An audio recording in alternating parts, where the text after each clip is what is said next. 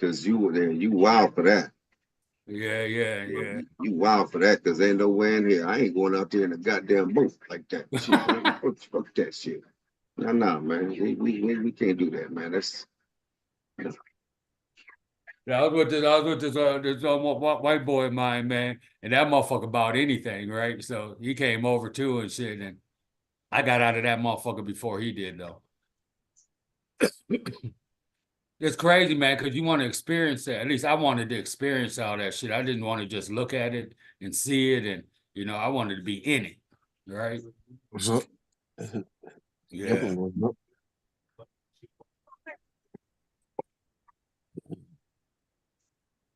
It still don't equate to like Gerald flying over like out of bounds and shit, and it's all icy and cold and shit, and then you got to decide if you're gonna keep going or turn around. That shit's crazy. It's the same thing when you realize that you can turn around like that, and you know whether you can, go back to a safe environment. Yeah. It's that same feeling. You know what I'm saying? But you in position where you control everything. When in them planes, we make it to that point of no return. It's yes or no. Once you going past it, everything better be all right, because if it's any mistakes after that, ain't nobody coming to get you. It's over. Exactly. Same shit, man. Because wasn't nobody coming over that reef, right? Exactly. Wasn't nobody coming over that reef, man. That's crazy. Yeah.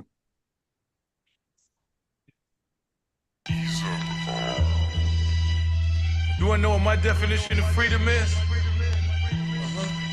All right. I'm gonna break it down to you right now. It's my song. Freedom's when you want them but don't need them. You can have a kid and not have to catch a bid to feed him. When a man's skin don't determine how you treat him. White cops ain't screaming. Keep your hands where I can see them. See, I'm trying to lead them where Martin Luther was dreaming. But first we gotta make sure our Constitution is even. How we even believe in a system where the meaning of justice is they cuff us to stop our breathing. Nah, we ain't thieving, we retrieving what they stole from us. Ain't even received the 40 acres that they owe to us. No mules, just guns, no schools. They gave us cocaine in a game with no rules and told us to play. And then they say don't lose, ain't no fucking way. Mama ain't raised no fool, it's nothing but a dead end, grave or a fed pen. You doing life cause they put wires on your best friend. I'm trying to save the next generation from the same fate. They fishing, trying to catch our kids with the same bait. They can't wait to put shackles on our babies. They point at Chirac, and they acting like they crazy, but they deprived them babies. No food, schools closed. They took the Jews, and they giving us the fool's gold. Motherfucker, Hugh Blow. It's time to change the mission. Let's play chess and put our pieces in position. Yeah, we want equality, but first we need equity. Honestly, America should have a fucking check for me. For reparations, murder, and deprivation. The slave trade wiped out 3 of our generations. They won't admit that, so we ain't gonna get that. Now it's time we build our own. Is you with that? So-called Diddy, Oprah, Magic, J, and LeBron. Tell them put their money together and it's on. We can have our own society, build our own economy. That's what I call freedom in its entirety. Till we stop thinking I and start thinking we ain't gonna never be free. Until we stop thinking I and start thinking we ain't gonna never be free. What's free? Free is when we stop being too blind to see. Free is when Kaepernick ain't gotta take a knee.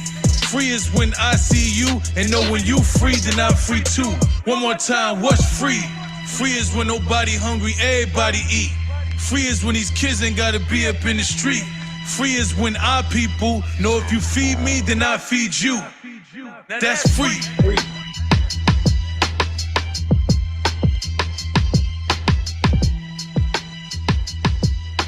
I saw him.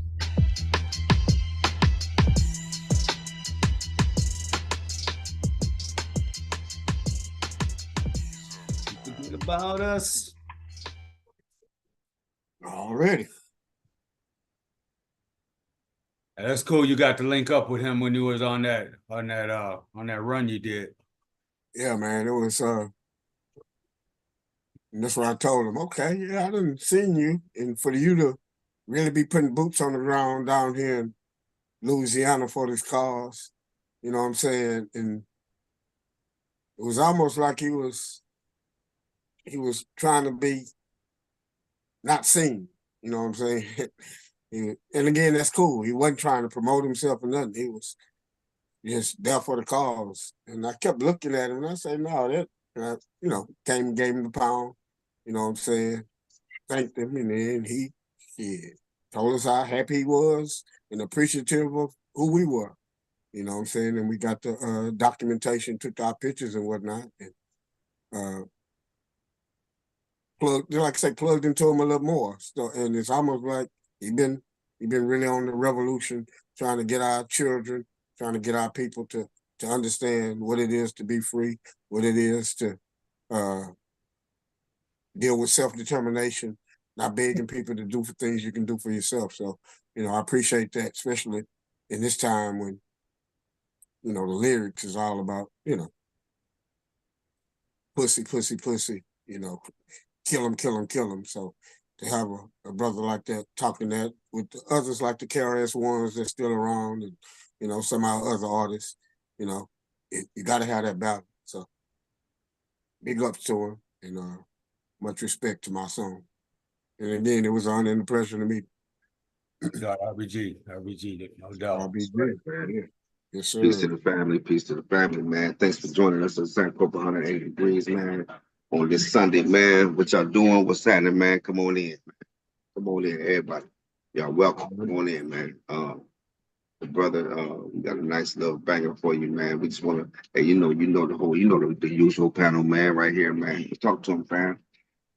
Yeah, you got Gerald. Gerald about to put it on, man. Yeah, I called Gerald earlier today, and I was like, man, what the fuck you looking at me like that for, man? He's all serious and shit. I was like, it's gonna be a short conversation. He prepped and ready to go. Yeah. Just was a little behind, so peace and respect to the panel. Jamie, Carrie, you know, the usual suspects. Happy y'all to be here. You know, I'm gonna be here too, representing.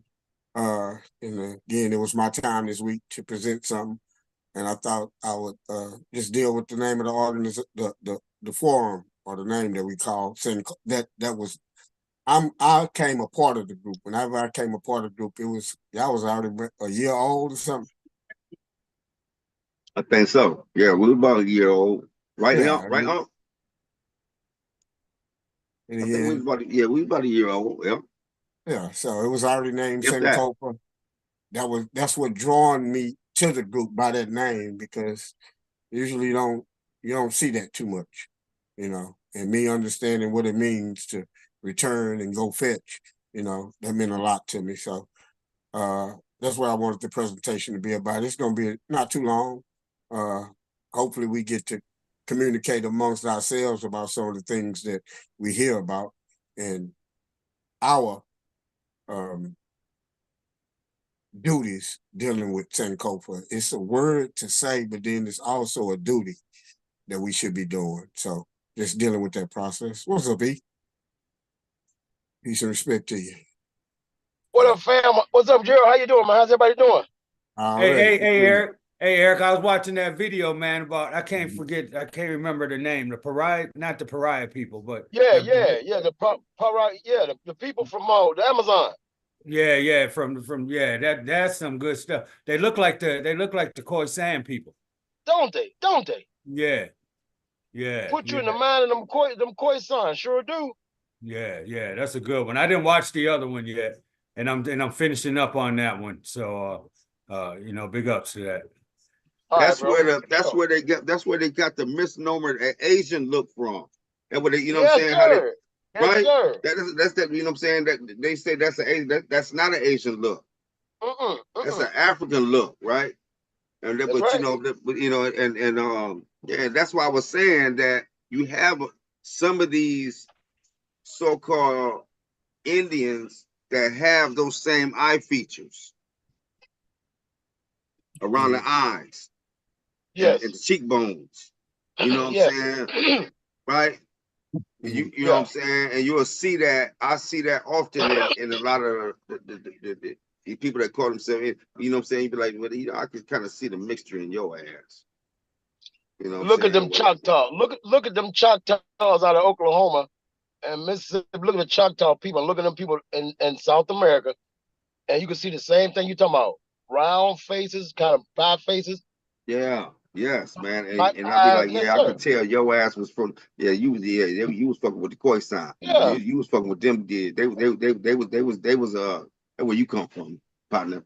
yes, sir. Yeah. You know, Hey, did you Mhm. guys? So make sure you guys watch a little bit of that video, man. If not, I'm gonna show it. If you guys don't watch it, I'm gonna show it sometime. But yeah, ain't no question. I'm saying but show uh, when you want to. but I got a Can't get couple it other right. things on deck, and I want to get back into the skulls from the Bradshaw Institute too. So Okay. and then I'm looking at the Flavian dynasty, and there's one cat in there. I ain't gonna bring his name up though, because I hope you guys don't know about him. And I'm do a little more research and show some shit on that cat. So I don't understand. I don't understand why they bring up that he was in Egypt studying. Uh, I mean, he was in Africa studying. I want to know where. And he gave his rulership over to his brother because he was in Africa. So that's pretty intriguing information. He gave up his rulership to continue studying in Africa. So I'm on that quest right there with that. That's what's up. All right. Peace What's to up, you, Queen. Carrie? Carrie, how you doing, Queen? How you doing? Peace to you. Well, good morning, Kings, or good afternoon, wherever you're at. Grand Rising, Uh, sister. I am looking forward to Gerald's presentation. He always provides, all of you guys provide us with so much information, and I always learn. So I'm thankful to be here and feeling pretty good today, and love you all. Right. Hey, Eric, you got next week? Or Jamie? Who got next week? I'll take it. I mean, I didn't sign. I didn't know. Yeah, I don't know yet. I thought somebody else had next week, Okay, Jamie but I got it. can't. yeah, I got it. Okay. I think you I'll got take it. You gave us a date though, Eric. You gave us a date. Maybe Did I? What date? Yeah. What date I give you? I don't know. I didn't Oh, write it okay. down. Well, just let me know. I didn't remember writing it down. Let me look at the calendar. I'm driving. I'll check later if I Yeah, wrote just something check and let down. us know what a good date for you is then, you know. For sure. Yeah. For sure. Yeah. And then Jamie, you got next week? Yeah, I'll do it next week, man. If you don't get it, man, just let me know and I got it. Okay. Yeah, you got the video, right? Either way, man, you know, Okay. ain't no pressure. I got a whole bunch on deck. So, hey, I know you do, man. You be sneak. You be see you. I know you be sneaking. You think you be yeah. I don't know how you do it, man. I don't know how you do it. Hey, you know what I All do, the stuff man? that all the stuff you went to, King. I don't understand how you able to do it, man. You pretty damn good, man. That's funny. That's funny. Pretty goddamn good, man. Hey, but I'll be looking for stuff that you guys bring up, man. Then I run across this other stuff. I said, shit, I got this saved already. Let me run through some of this right here, and then I'll be caught up on it. And I'll be driving down the street. Sometimes I gotta pull over and shit that supposed to be on the way back home. And shit, man. It work out all right though. Definitely for sure. Let's get it. Let's get it, Gerald. Let's get it, King. Let's get some show on the road, man. Let me be able to share whenever you can, Jamie.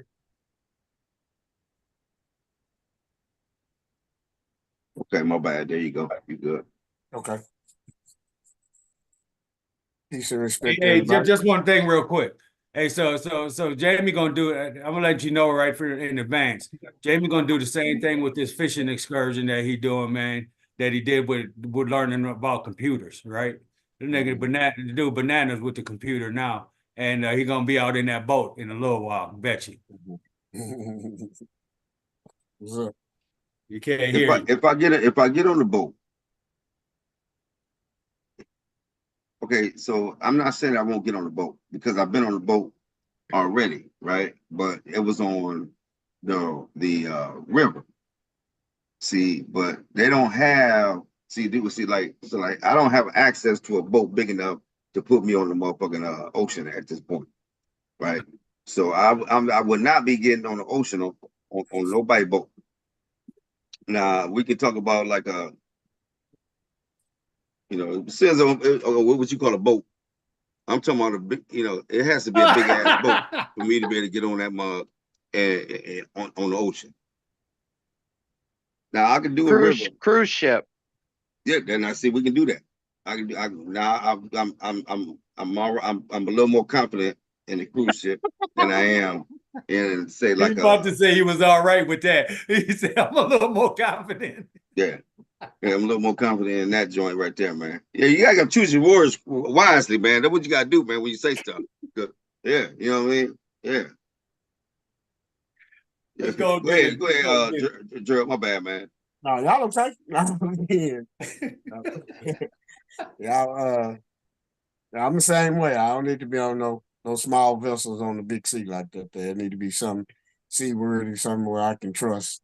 Yeah, too much water, man. You can't Again, jump your ass difference out there. between pleasure and got to. If I got to, like we done seen people jump on a goddamn air tube and get on that ocean if it's necessary. We're gonna see a lot of them Haitians coming over in a little bit, by any means necessary for what's going over happening in that country. So it get wild. It can get wild. You know what I'm saying?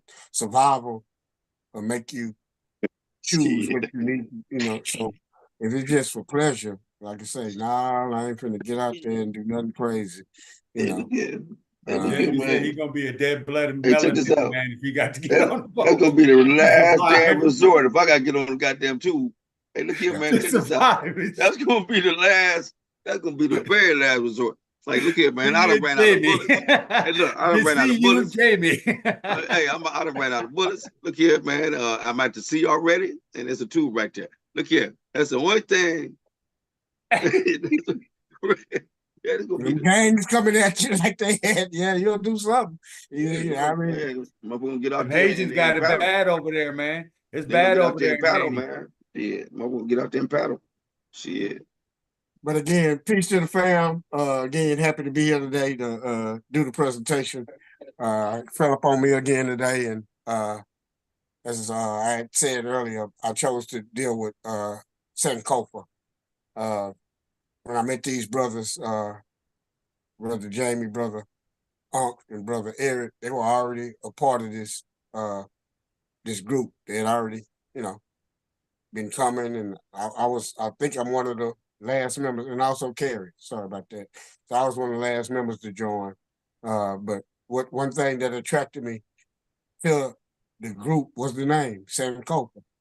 And me understanding the power of Sankofa. Whenever I hear Sankofa, automatically it makes me think about history. History. And right now we're in March. We just come out of February. Was dealing with Black History Month, dealing with our restoration process of knowing who we are, knowing our history. As I've said before, started by Carter G. Woodson. It was a week. It was later expanded to a month.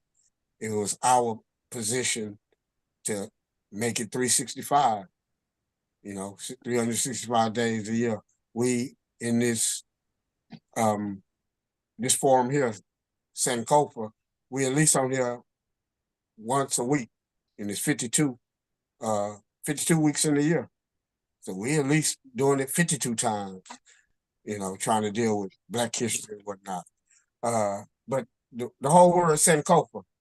Sankofa is an African word from the Akan tribe in Ghana. And the literal translation of the word, and it's also a symbol, and it means it is not taboo to fetch what is the risk of being left behind.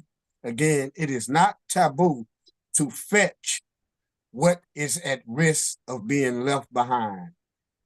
And it derives behind three words: sand, return, ko, go, fa, seek and take, look. Sankofa, return or go back and look, go back and see what was left behind. Okay. And that's what we are about in this forum. in Sankofa. We're going back and trying to retrieve what was left behind. They tried to tell us that we wasn't nothing. We were nobodies, 3/5 of a human at one time here in America. At one time they said we had no souls, you know, we had no contributions. So it was a lot that was told about us. And we trying to go back and try to see who were we back in these ancient times. All of our scholars always tell us that we got to go, it's a lie being told. You got to go back and look. You got to go back and search. Just as before we started the video, you heard you heard him saying, hey, I heard about this. I got a bunch of presentations. Who got nicks, goddammit? Because I want nicks. Because I got a bunch of presentation. I got a bunch of information that I want to present. And that's what that search is. When you're going back and you're searching, it's a bunch of knowledge that they never taught us in school that we're interested in about ourselves and about our oppressors, about the lies that they told. So that's the first thing that we want to do is deal with some of the foundations. We're going to deal with a couple of videos. One video is dealing with some children, or not children, well, some of our youth. And that presentation is from the UNCW Upper Man. And it's an official YouTube channel for the Upper Man Center. And then there will be other ones that are coming from North Big 44, home of Sankofa Archives. Play a video and then we'll talk about it a little bit amongst the panel, if y'all don't mind. So the first one, I think I'll play is a compilation of many of our scholars talking on an overview of what Sankofa and our history should be important to us. Okay, it's about 7 minutes, but it's a bunch of our glorious scholars and ancestors. And you will just hear little clippets of them. Okay, and then next we'll get to the children. And then we'll play 2 longer clips of our prominent scholars. But the first one, again, is just an overview of many of our scholars talking about the concept of Sankofa, the concept of restoration of our memory, the concept of knowing our history, and how powerful that can be and it should be for us. So let me just say this real quick. Go ahead. I always got a pen and a paper available. Because that data drops hot and quick. I appreciate that. That is very true.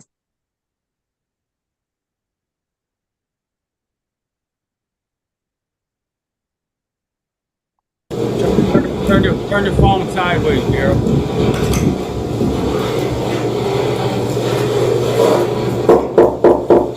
That work?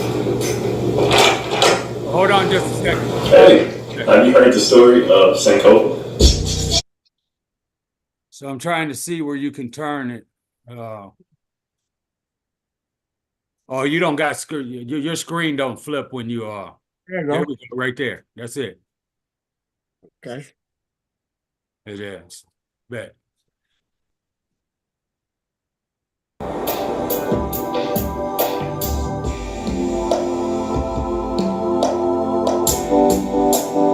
We are making a fuss because we have been scrupulously excluded from any major things in history. Wherever anything extraordinary is found in Africa, it cannot be African. Hamites brought it in. Asiatics brought it in. Caucasoids brought it in. We are the dumb, slow idiots of the world. And therefore, it is our duty to correct that impression. Oh yes, you have been told a lot of lies. No other way to talk about it. And those who teach them, if in fact they did any research, must know they are lies. Dr. Ben. That's provided that They have never gone to Egypt or to Ethiopia or to Sudan to see the living proof. The European is the last Great Dr. of the John Henry major Clark. people to enter world history. He's late. Africa had 2 golden ages and was tired when the European entered. And when the Europeans entered, they entered destructively. When you get into the seriousness of what Nile Valley civilization represents, you have the means to destroy the pretense of white supremacy and the so-called hoax of the primacy of Greekness. Power is the ability to define reality and to have other people respond to your definition as if it were their own. And the most important reality to define is the meaning of your own human beingness. African people have not allowed ourselves to take authority for giving definition to the meaning of our own human beingness. And it has been because of a systematic process of rearranging Africans to be something other than African. If we were centered in our culture, we would understand that we were at war. That we are at war. Author of Eureka. But without being centered in our culture, we don't understand that. So we don't know how to behave. We don't know that we need to identify the enemy, who has already identified us as victims. Why is what we're called such a difficulty? Think about it for a minute. It is so plain till it seems almost unimportant, doesn't it? It seems so evident, so obvious that you think, well, why is that an important discussion, right? If I start talking to you about ancient Egypt or great lost empires in Africa, you'd sit there, wow, that's important. But the most fundamental thing is about the way we look at ourselves. You can't even go back to there if you don't deal first with where you are right now. No person is devoid of an attachment to some cultural fountain. And so we ask, whose water are you drinking? It is a fundamental question. Our African history has been an orgy of forgetfulness. We have often lost our memories and accepted the gods of those who enslaved and colonized us. We need to understand and master, instead of trying to ignore racism and pretend that it doesn't exist or that it went away some time ago. No, racism is alive and well. Racism is a total global system that, as Neely Fuller outlined in his textbook for victims of racism, textbook for victims of white supremacy, racism operates in economics, education, entertainment, labor, law, politics, religion, sex, and war. When we talk about making our children qualified and getting them prepared to take advantage of opportunities, we are also making the assumption that the opportunities that are being offered are not being offered by us. We are still assuming that the ownership of jobs and opportunity will be in the hands of other people. And I've asked people before, what makes you assume that the jobs will even be there? Maybe I should be in the prisons and jails telling our children the story of their greatness, telling them that they are not as described, disadvantaged, culturally deprived, at risk, endangered species, because then that's what they will be, what they have always been. But if we stand up and say there are those of us who have studied this system, who have studied world history, not just the history of one group of people, but studied the history of the historical and hysterical oppressor, who understand the great economic plague and where it came from and why it came, so that we will not go back to what we have been, but we will rise up as a new, informed, intelligent people who say, I may not agree with you, but I love you, and let's work it out. Yes. Sankofa.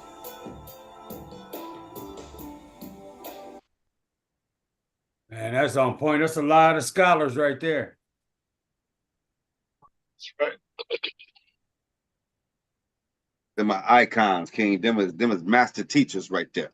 11 of them. Every last one of them master teachers right there, man. Them is our black African scholars, King.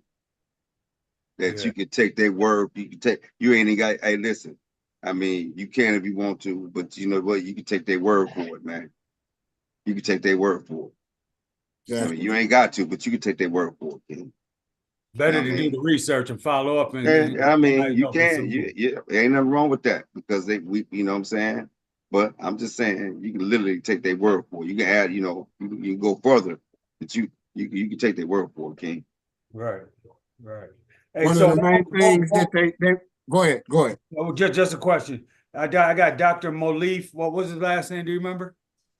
Asante. Yeah. Yeah, he's the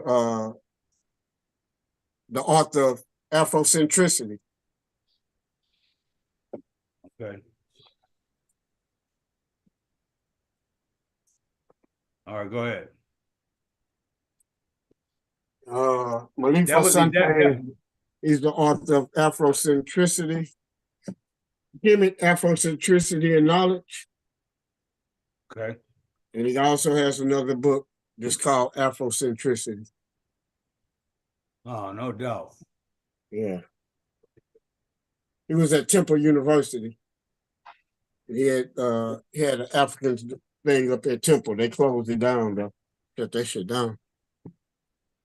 But again, a lot of the things that as you heard them talking about was dealing with our education, our loss of memory, our forgetfulness, them understanding, as they also went through the process, that they are not going to teach it to us. We have to teach ourselves. It's our duty. It's our duty to, when we're dealing with Sankofa, they're not going to do Sankofa for us. We have to be the custodians. We have to be the researchers that go back and then we share what we learn. We've come into that process that's what this group is for, this forum is for. We come on every Sunday and we hope that people catch on slowly and surely, and hopefully we build up more and more people that they can come in and share what they've learned too, to deal with that process, to return, to go back and fetch what we forgot. It's a simple process. Okay. Next video we're going to play is dealing with a story about Sankofa from some children at the Upper Man Center. So let me get to that. And then make sure you can enlarge your screen. If you can, it's cool. Yeah, y'all just let me know however it is and I'll fix it from there. There you go. It's on. You gotta share your audio though, yo.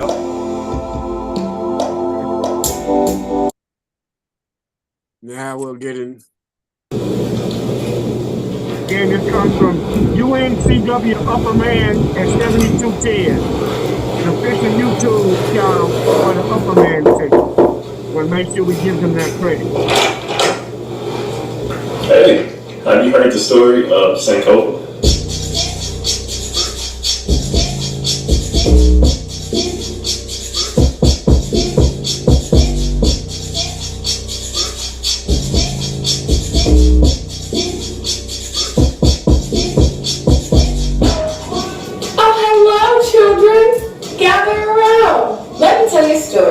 Of a bird who lived a long time ago in a village far, far away. Who lived in Compton. Who lived in North Carolina. Who lived in New York. Who lived in New York City.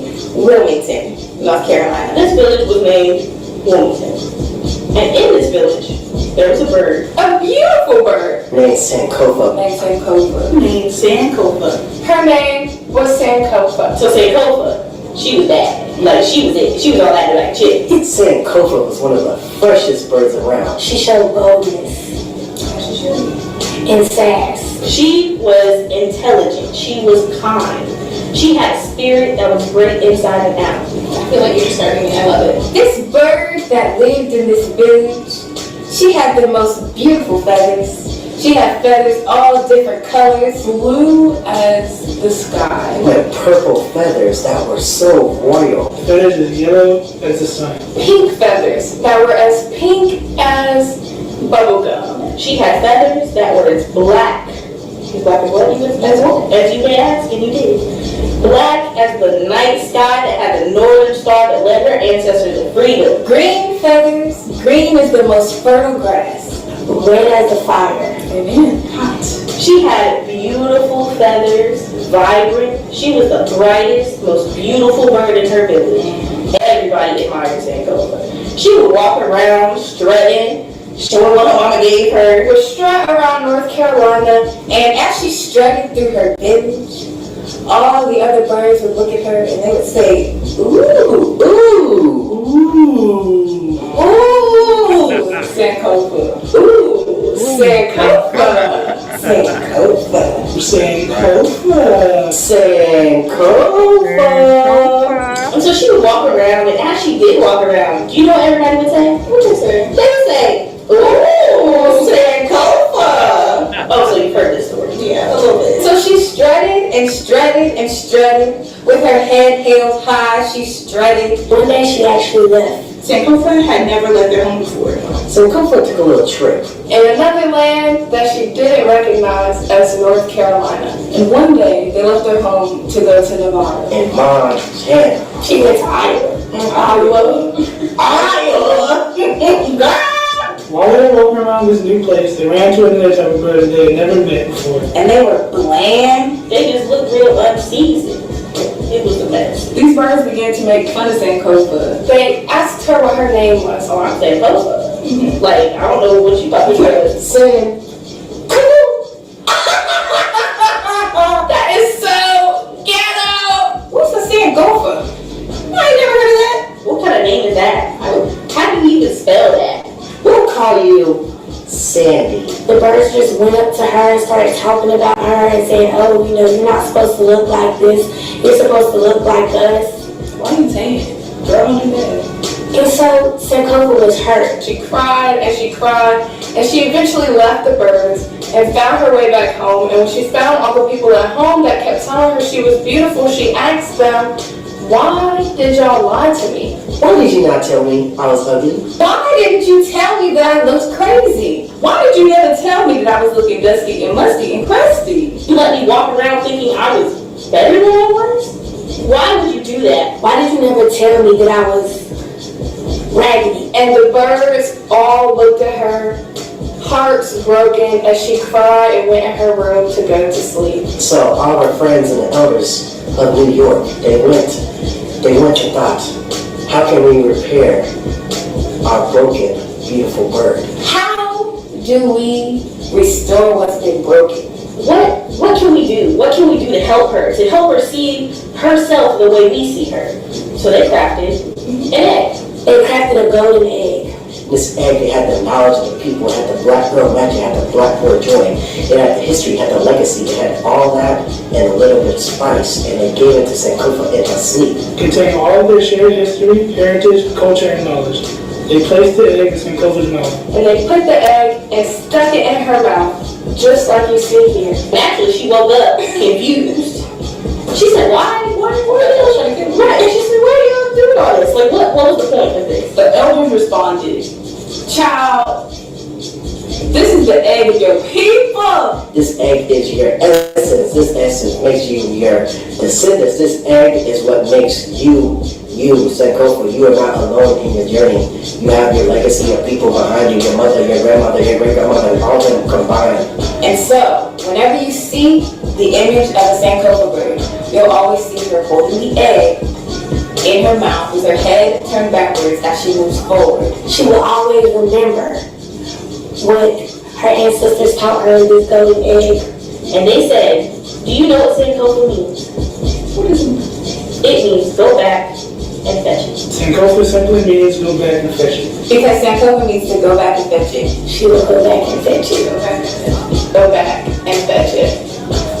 To go forwards, we first have to go fetch our past. And this is a story of Sankofa. Right, family, that's right. Gotta go back and get it.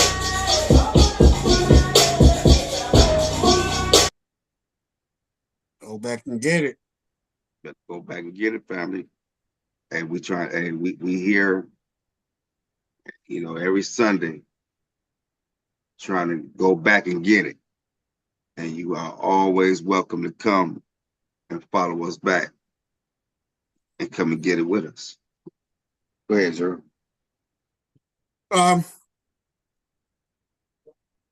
Sankofa, as the story. Sankofa was fresh, intelligent, kind, beautiful, strutted her stuff. That's who we are as a people. And as they say, Sankofa left and went somewhere else. She was laughed at, told you wasn't beautiful, you're not who you think you are.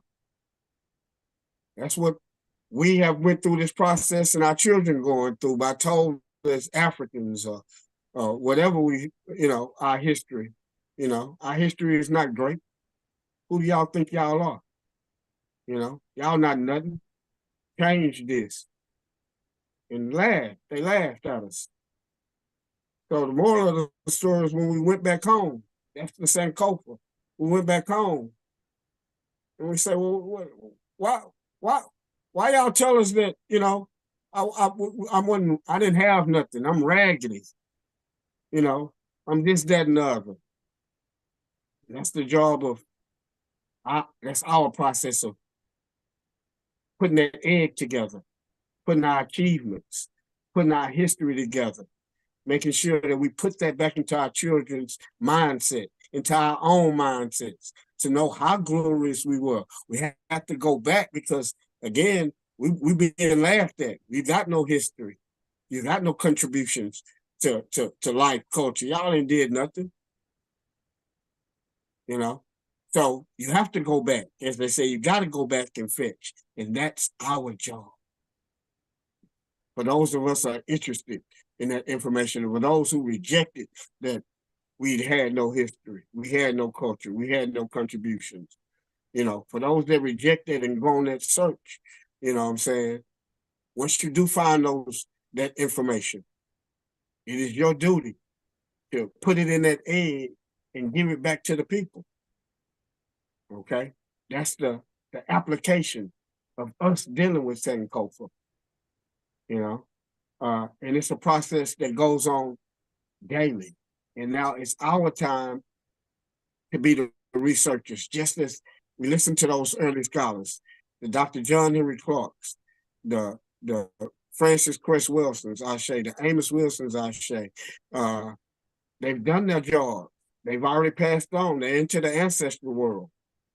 It's time for us to do our job. It's time for us to restore that information, to keep that process going on. Okay? Dr. Leonard Jeffries still living though. Dr. Leonard Jeffries is still living. Dr. Leonard Jeffries. And now we're about to play our last two little presentations. One will be with Dr. Leonard Jeffries, and the other one will be with Dr. Asa Hilliard. Dr. Asa Hilliard was one of the first scholars to actually bring back other scholars to Kemet. Asa Hilliard is the one that brought the scholars back to Kemet. Then the scholars started teaching it to their students. Okay, so we're going to let him deal with the process, or have him tell him what his process was of dealing with Sankofa. And at first, dealing with us knowing first that we were whole. That's the meiotic process. That's going back dealing with our history. And once we were whole, then we got into some trouble. Enemies came in. We were separated. Okay, we lost our memory. You got these other people thinking they superior, and at the time after they beat us up so long, we think they were superior. And then dealing with how when they captured us, they made us get out of our meiotic way of life and deal with their way of life, their socialization process, which is not the same as ours. That's right. Just as today we got our people putting on green, going around pinching people if they're not following St. Patrick's. That's not our shit. That's assimilating into somebody else's other culture. Prior to that, it was St. Valentine. Okay, coming up, it'll be 4th of July. That's not our culture. That's assimilation. That's their socialization. But when we get back into ours and return back to the source, we start dealing with things that are sacred and special to us. But again, that first next presentation will be with Brother Asa Hilliard. Then we'll follow up with Dr. Leonard Jeffries. Let me just say this real quick. When we first started this group, when me and Jamie first jumped on it, I had some old bougie name for it or some goofy ass name, and then Jamie said, let's do Sankofa, and I said, damn, Sankofa 360, and he said, no, we don't want to return to. This is my perception of what he was meaning. We don't want to return to the state of mind we first started in on this journey, so let's do 180 degrees. And I thought that was super tight, man. So big ups to you, Jamie. Already. Yeah, I just figured that if you go 360, that's starting where you begin. I want to go the other way. You know what I'm saying? And so that's how, we want to go the other way. You know what I mean? So let's go the other way.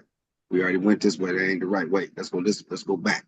So that's kind of what it kind of represented. Let's go back. Yeah, if you don't got your pen and paper, man, get your pen and paper, to the viewers. I wrote down 11 scholars that was on the first video, and mine just can't conceive all of that stuff. So get it on paper.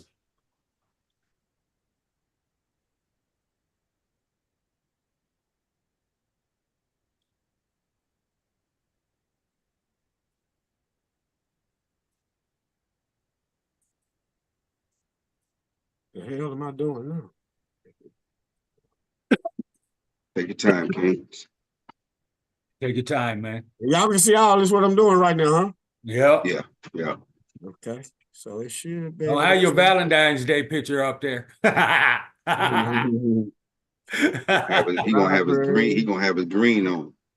The massacre of people. He said somebody pinch you, what you gonna do? He said, I'm gonna knock fire up out of him. Yeah, don't touch me.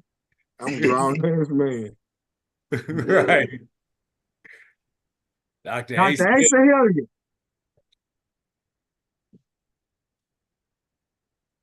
You gotta go back and turn your volume on.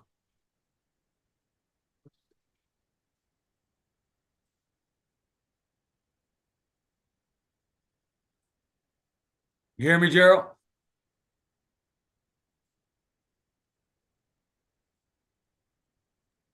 I can hear you. Hey, Gerald, you gotta turn the volume on. I don't think you turned it on. Say it again. Your volume ain't on. Turn your volume on and start it over. Can't hear it. Start. Yes. There you go. Can you How hear? do I turn the volume up? Go back and go back. It should be a little tab on the side there. Not that one. It should be when you first jump on, and then that box sticks out. Not those, Gerald.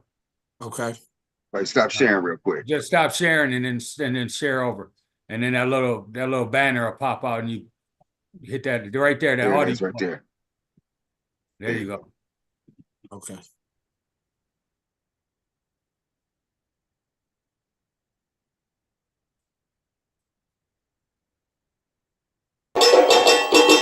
You hear now?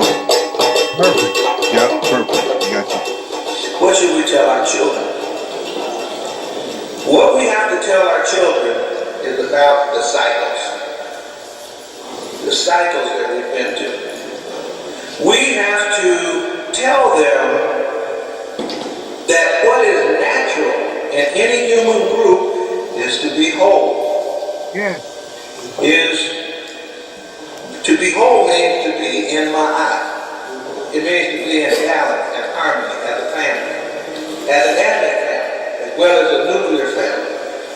That's to behold. That's part of what's natural. That's normal. That's how all people are when they're not faced by trouble. To tell them that they are divine. To tell them that they are created. To tell them that they are connected and that they can be conscious and must be. And to tell them that they must develop character and to keep them informed. But how do you tell them? Here, you tell children things by doing what it is you want them to know. You can't ask them to learn anything, sending them to somebody else hoping that they will fix your children for you. That's the first thing I want to know. That's what I mean by wholeness, those things that I was talking about there. There was a time before the trouble when we were whole. We can find it in the text. We can find what people were striving for in the text. And you've heard that mentioned. And then the trouble.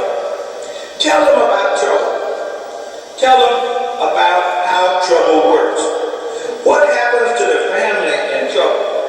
What happens to the environment in trouble? What do politicians do to make trouble? At a certain point, I've written a summary of the structure of domination. There are 7 facets to it. One of them is to make sure people have no memory as a people. No collective memory that's true and real. Another is to make sure that people have no collective identity. They can have individual identity, not a collective identity. Another is to teach the people the superiority of the oppressor over themselves, culturally and intellectually and every other way.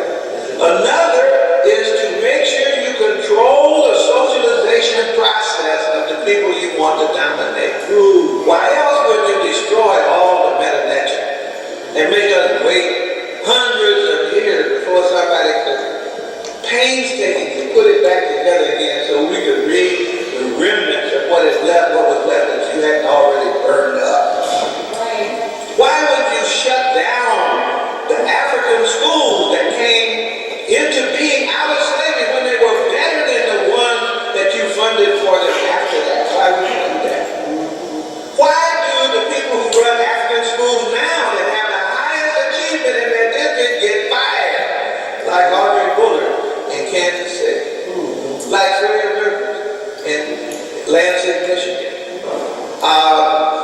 Why is it that the people who are national champions in forensics are treated like dirt by the principal and the school board, like Tommy Lindsay in Logan High School in the Bay Area in California, got the MacArthur Genius Award, and his principal asked him, "What makes people think you're a genius?" And he said, "Because I never thought to ask you that question." He was a genius. What do we tell our children? We tell our children what recovery looks like. We have recovered. The Garvey movement was recovery. Yeah. Until it was sabotaged. Garvey had painted a new picture of possibility. He had mobilized energies and created structures that were effective, engaged people in time on task, and even now has left a lasting legacy because people are still running around running off the energy that was created during that one movement. That was recovery. Many of our children don't know what recovery looks like. The movies haven't been made about Garvey. The movies haven't been made about Haiti. Toussaint Louverture, Buchmann, Machiavelli. The movies haven't been made about them yet. Especially the movie from the African perspective that will say what went on there. How did they mobilize in time of trouble and overthrow trouble and establish Ma'at again for themselves? It's happened before. It's happened many times. But if our children don't know that, then we will not have informed them wisely. And then our children must be told that their essence ultimately is spiritual.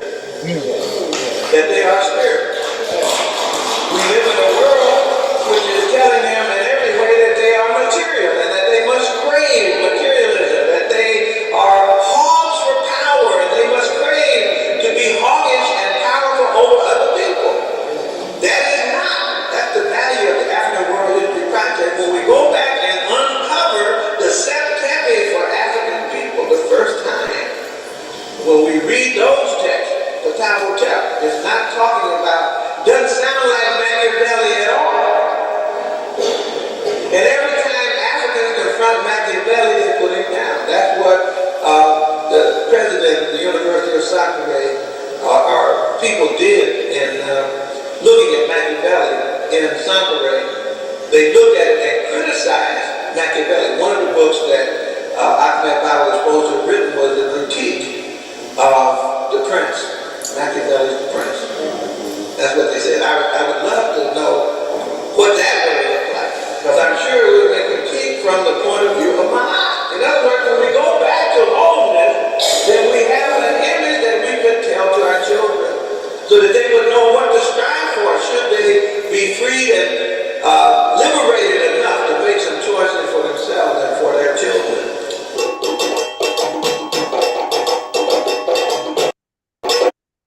Dr. Asa. Yes. That's a young Dr. Asa. Yes, Dr. Asa. Hey, he the cause of it all right there. Yeah. He the cause of it all, man. Right. Yeah, Dr. You know Asa, we got to give him much respect. He the reason, you know what I'm saying? Yeah, man. Yeah, for sure. Beautiful. Much respect for what he's done. And as he said, at the beginning, we were whole. That's considered we went through the trouble. You know what I'm saying? Then it's the recovery process. He was a part of the recovery process. And that recovery process is to get us back to Mayat. One whole thing he kept saying is, dealing with that, we got to let our children know that they are spiritual, they are divine.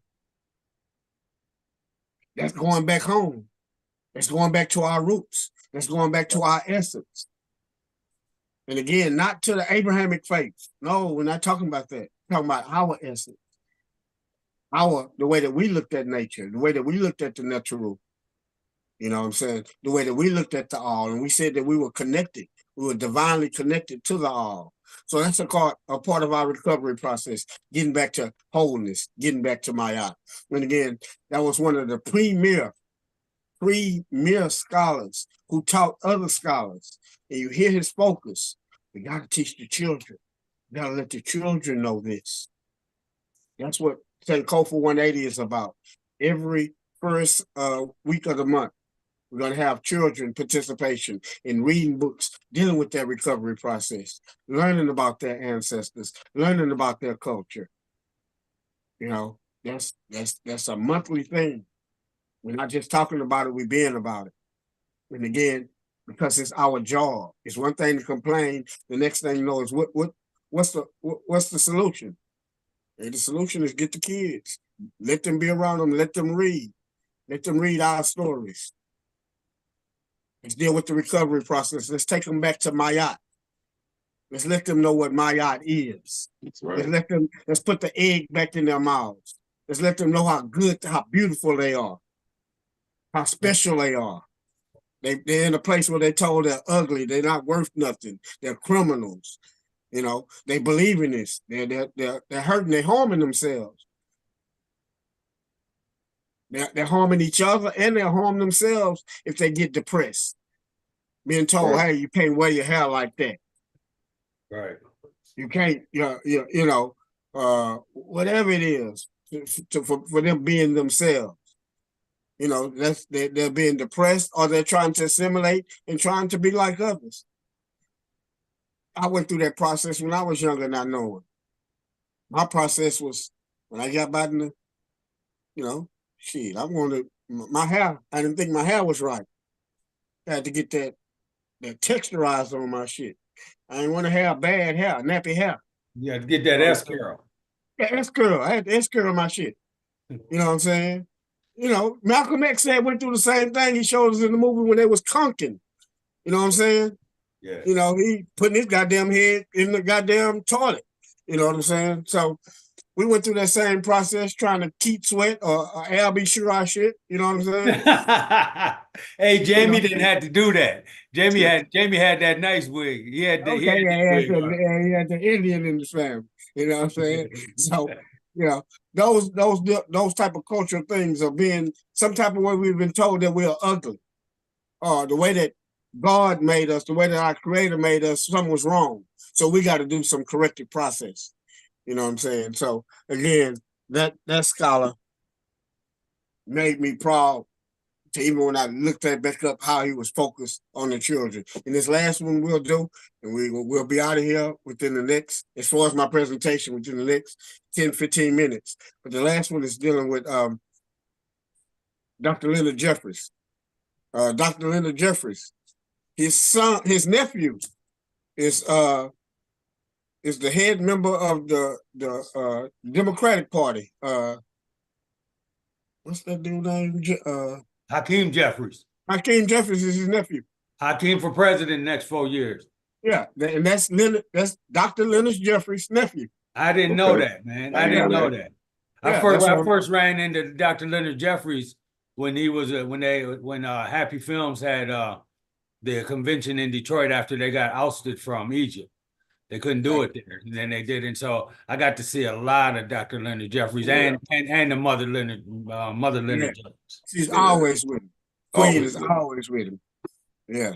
So again, we're about to get into that presentation, and he's going to tell you the process that needs to be to make sure that Mayat or Sankofa is being applied. So give me 1 second to figure this out one more time.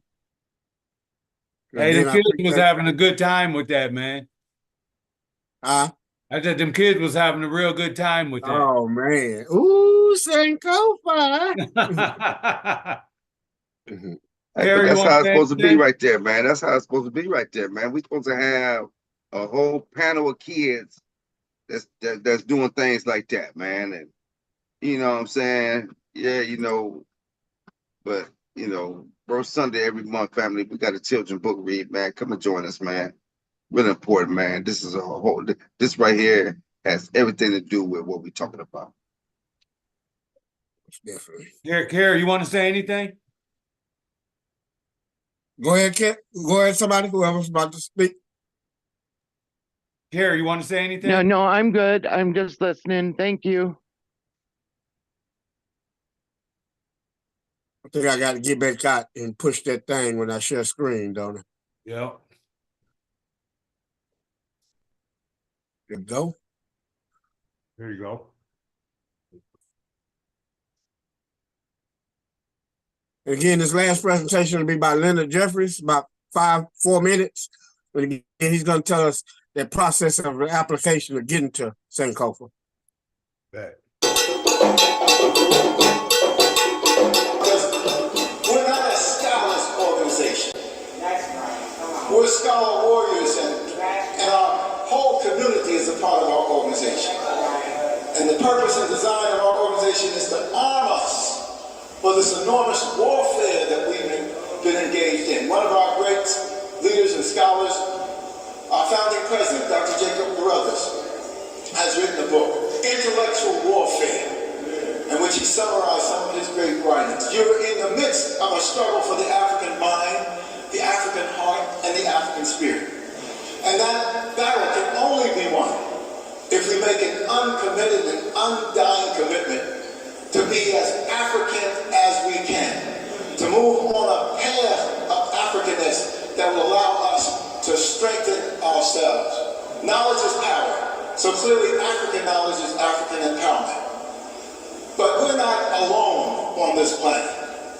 There are others on the planet who have systemized the destruction of African peoples. And so our war is not a war that's going to happen in a day. It's a war that's part of our eternal struggle to restore Africanness. And that eternal struggle to restore Africanness is on what I refer to and my partners in this warfare describe as a victorious African path. If you want to hang on to Negro-ness, the victory is questionable. If you want to think that you're a black, white man or woman, you've already defeated yourself. But if you tap into Africanness, the victory is at hand. Why is it at hand?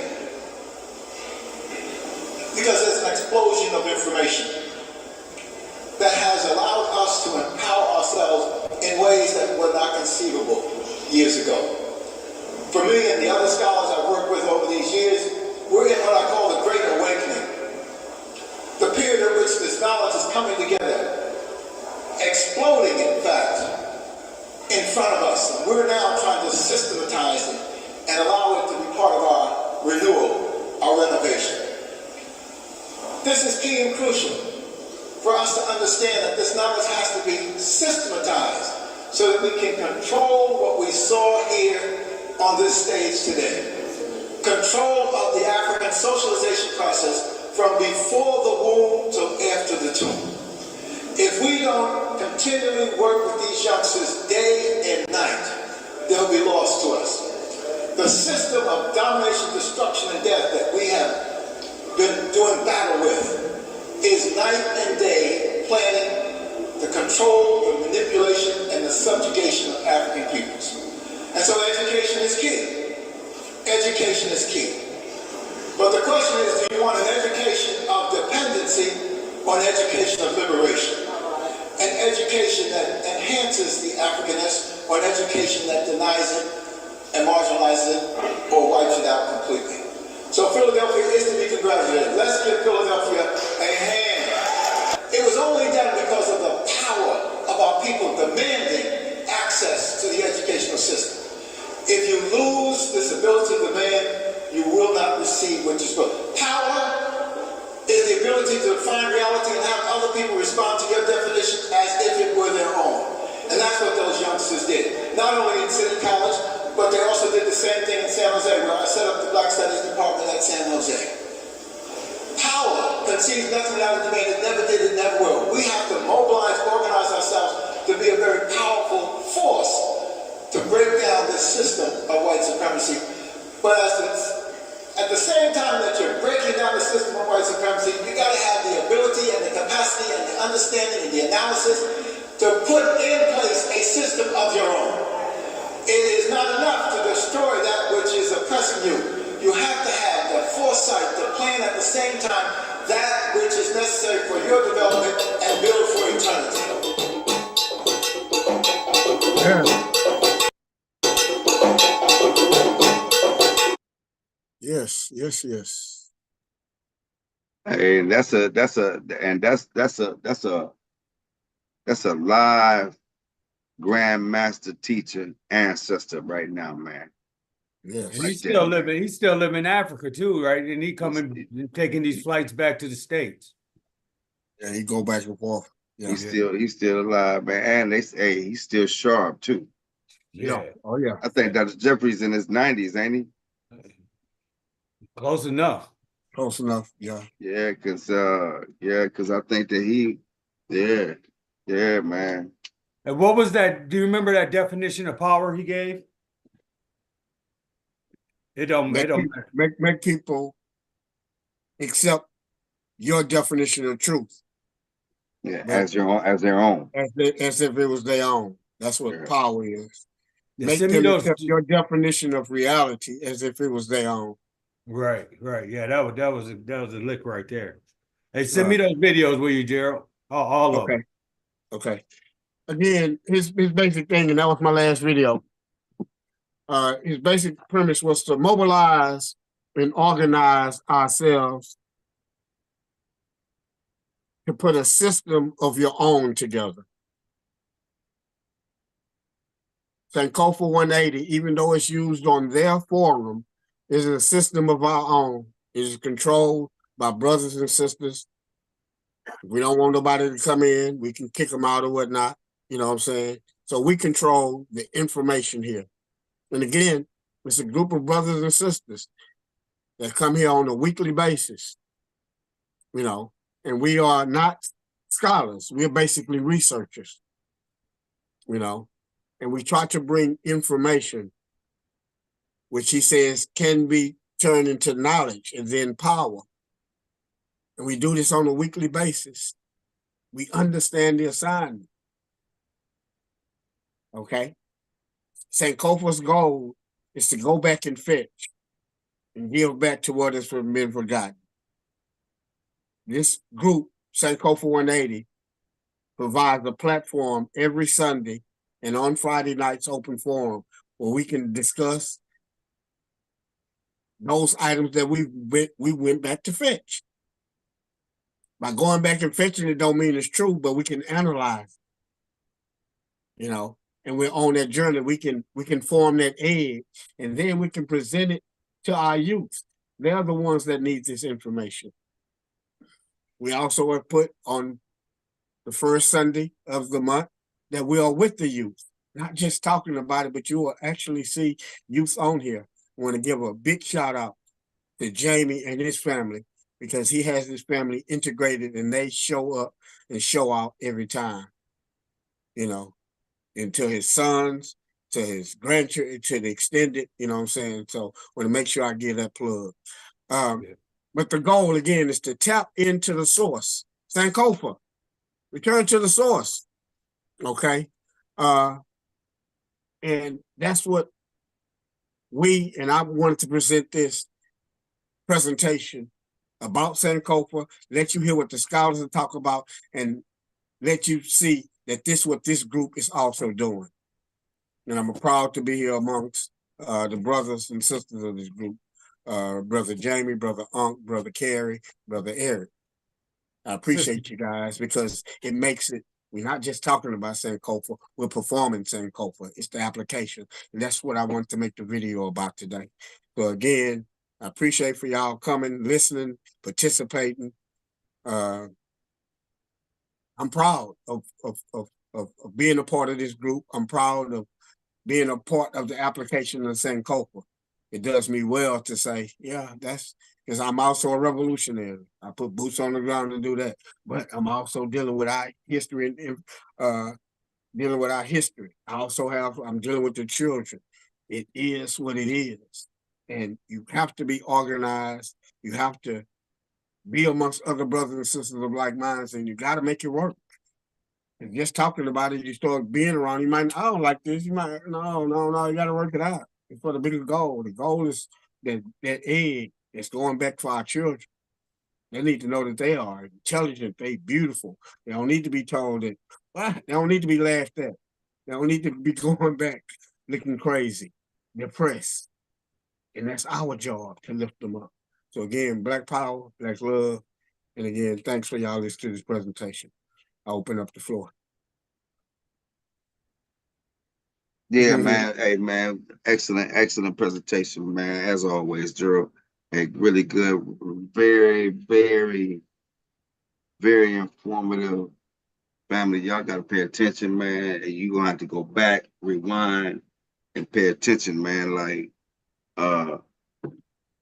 I mean, he had a lot of the master teachers, man, a lot of our ancestors. 11 of them. A lot of ancestors, man, a lot of, oh man, like that's, like I said, you can take their word for it, King. You know what I'm saying? And you can take it, as far as you want. But I'm just saying, when they speak, King, you can literally take their word for it, man. And like I said, you can move it forward. But and they also have written books. They've written on their subjects. That's us being lazy, just listen, not being lazy, but that's just a look. But they've written books on the subject. So you can really get real deeper into each one of them. They got 3 and 4 books. They are scholars. Show them your library, Gerald. Just give them a scan real quick. Oh my! That's why he was able to bring them 2 books out real quick. That's right. That's man. I put in this work. That's a lot of money right there, man. I love our culture, man. It's a lot of money right there, King. Sure. A lot of money right there, man. It's a whole lot of bread right there. I learned from them. That's what they did, so that's what I did. They read books. They studied. So I knew that's what I had to do. They inspired me. I'm inspired by, first and foremost, Malcolm X, then Dr. John Henry Clark, and from that the list goes on and on. you know. Huey P. Newton, just I try to do what they did, you know. If they was with the people, shit, I'm gonna be with the people. If they was, uh, raise their fist up, shit, I'm gonna do what I think it was right. You know what I'm saying? It's my time. They already did it. They already showed me the way. It's one thing for me to just talk about them, but then I can do it too. We all can do it. Ain't nothing stopping us from acting, the application part. You know what I'm saying? So I'm proud to be in organizations. I'm proud to be amongst brothers and sisters who are about this type of life. I always have. And like I said, honor and the pleasure to be a part of the Sankofa 180 group. And like I said, hope that everybody understand how important that word Sankofa, returning, going back and fetch it, what it means. Even if you're inspired by me or you just saw the library and say, damn, anybody can do it. I'm not no fucking Superman. I'm a regular dude, just like anybody else. This information that I learned about this is just putting in work, wanting to know. But you got to put in the work. It ain't gonna just come. You gotta want to read. You gotta read. Gotta watch these videos. That video gonna lead you to another video. That video might lead you to a book. That book gonna lead you to a person talking about it. And it's building. It's building up. You're getting stronger and stronger. First you're weak, and you become a fucking bulldog in this shit. You become a heavyweight over time. You start out as a lightweight, but then you become it's your time. And when you're a lightweight, when you're new to it, you happy just to be new to it. But over time, shit, you grow, you get stronger, and you in the big fights. You representing, you defending the culture. When somebody's coming telling somebody negative about your people and what you have, you ain't got to sit back and act like that. Now it's time for you to defend it, just like those others before us defended it. Yeah. So Sankofa gives you that strength going back to the source. Our ancestors already did it. They ain't making up nothing. They already did the shit. They were beautiful. They were great. They were proud people. So we should be that. Don't let nobody tell you that we not. But you better know. You better don't just go around and not know. Don't be a clown. Be able to back your shit up. That's right. With knowledge yourself. Know that you are a divine being. Know that you ain't nothing can fuck with you once you connected. Connected to your creator and your ancestors. And then people of like mind. And again, at that point, you might be going against the grain. We're not saying that the world is set up where when you deal with that, everybody is that way. Now, everybody is the opposite. It's going to be a battle. Might be with your family, your friends, and whatnot when you wake up and start dealing with this here. But those ones that you do connect with that are on this here, it's going to be a lifetime, commitment for those that stay on this path. As it says, eternal commitment. And that's what Dr. Asa Healy was saying that I say. That's it, man. I'm running my goddamn thank you, mouth. Gerald. That's good, man. I knew. Hey, so I was I want to get Carrie in real quick, but Carrie, you want to share first? Sure. I just want to say thank you for inspiring us, Gerald. Great presentation.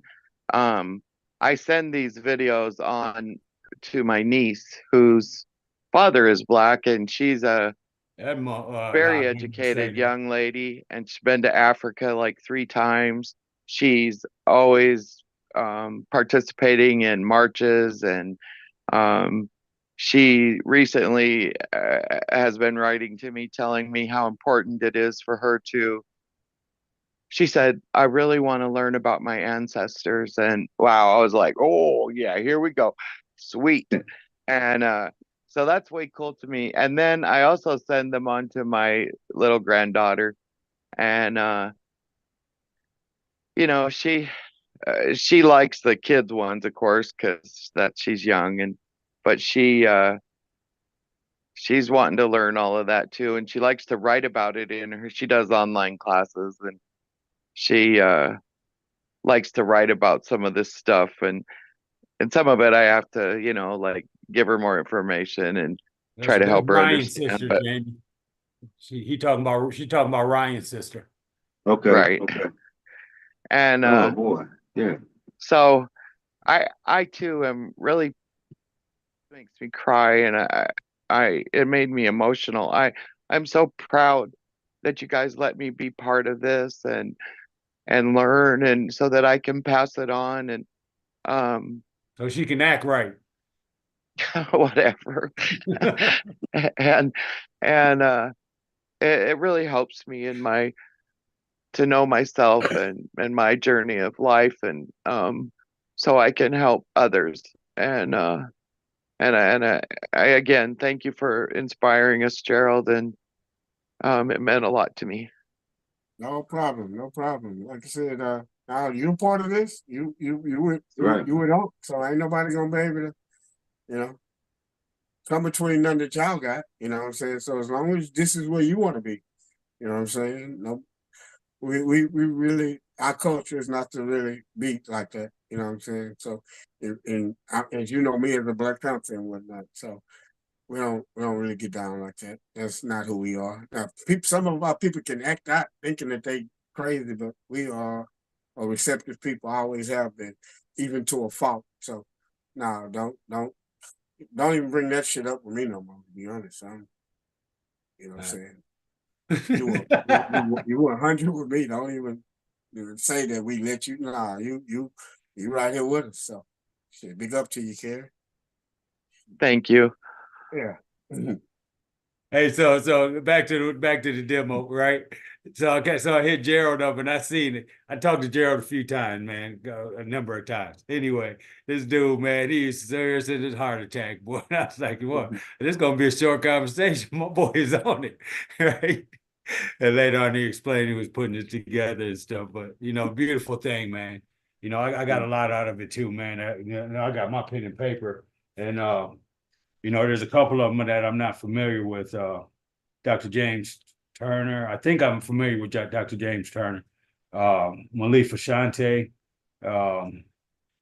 Wade Nobles, I know the name, but I haven't listened to any of his stuff. And Jacob Carruthers. Was it Jacob Carruthers? Jacob Carruthers. Yeah. Okay, right. Jacob Carruthers is one of them early dudes that was going back to Kemet. He got a book called Look at Gerald going to the rack. They started ASCII Classical Civilization, ASCAC. But Jacob Carruthers got the book Meta Netta, Divine Speech. Oh wow. All right. All right. Yeah, he was a cold brother. Yeah. Yeah. He made his transition a lot, I think real early though. But he was them dudes, they did a lot of writing.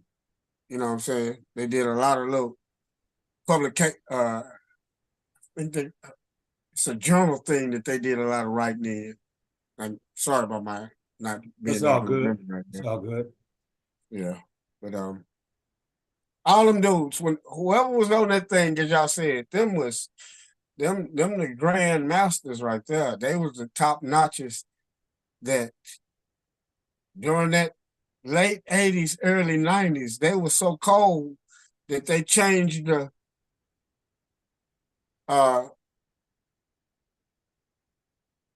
how our people was even going to college and they wasn't getting that information. They would have these a lot of them things it's really like they couldn't teach that in school. They couldn't go raw like that in school. It was a certain curriculum that they had to find by. But when they went to them presentations like that, they were more open. You know what I'm saying? They amongst themselves and they get them talk. And there would be students there that were in college. And they would go back and challenge their professors and beat them up. So this was something that these scholars, and they called them professors of doom at one time. The professors of doom. Right. Public Enemy, when the Public Enemy and them was getting in trouble and all that there, it was behind Dr. Francis Cress Wilson, Leonard Jeffries. It was their stuff that they was listening to back then. Them dudes was from New York. You know what I'm saying? And Fear of a Black Planet, Public Enemy. They got a album called Fear of a Black Planet. Right. That's Dr. Francis Cress Wilson from the No ISIS doubt. Papers. From the ISIS Papers. Yeah, Fear of a Black Planet, and you know about that whole concept. Yeah, they Chuck D was he was a student. Them dudes were smart. Yeah. When you listen to KRS-One used to listen to these scholars. They know about all them. Right, no doubt. Yeah, they didn't just come out. KRS-One didn't just come out with that. He had to listen to somebody who was teaching it. Right. Them dudes that we was naming, them was them top dudes in New York. They New Yorkers, most of them. Right. Exactly. Yeah, and they was going around doing the lecture seconds back then. Exactly.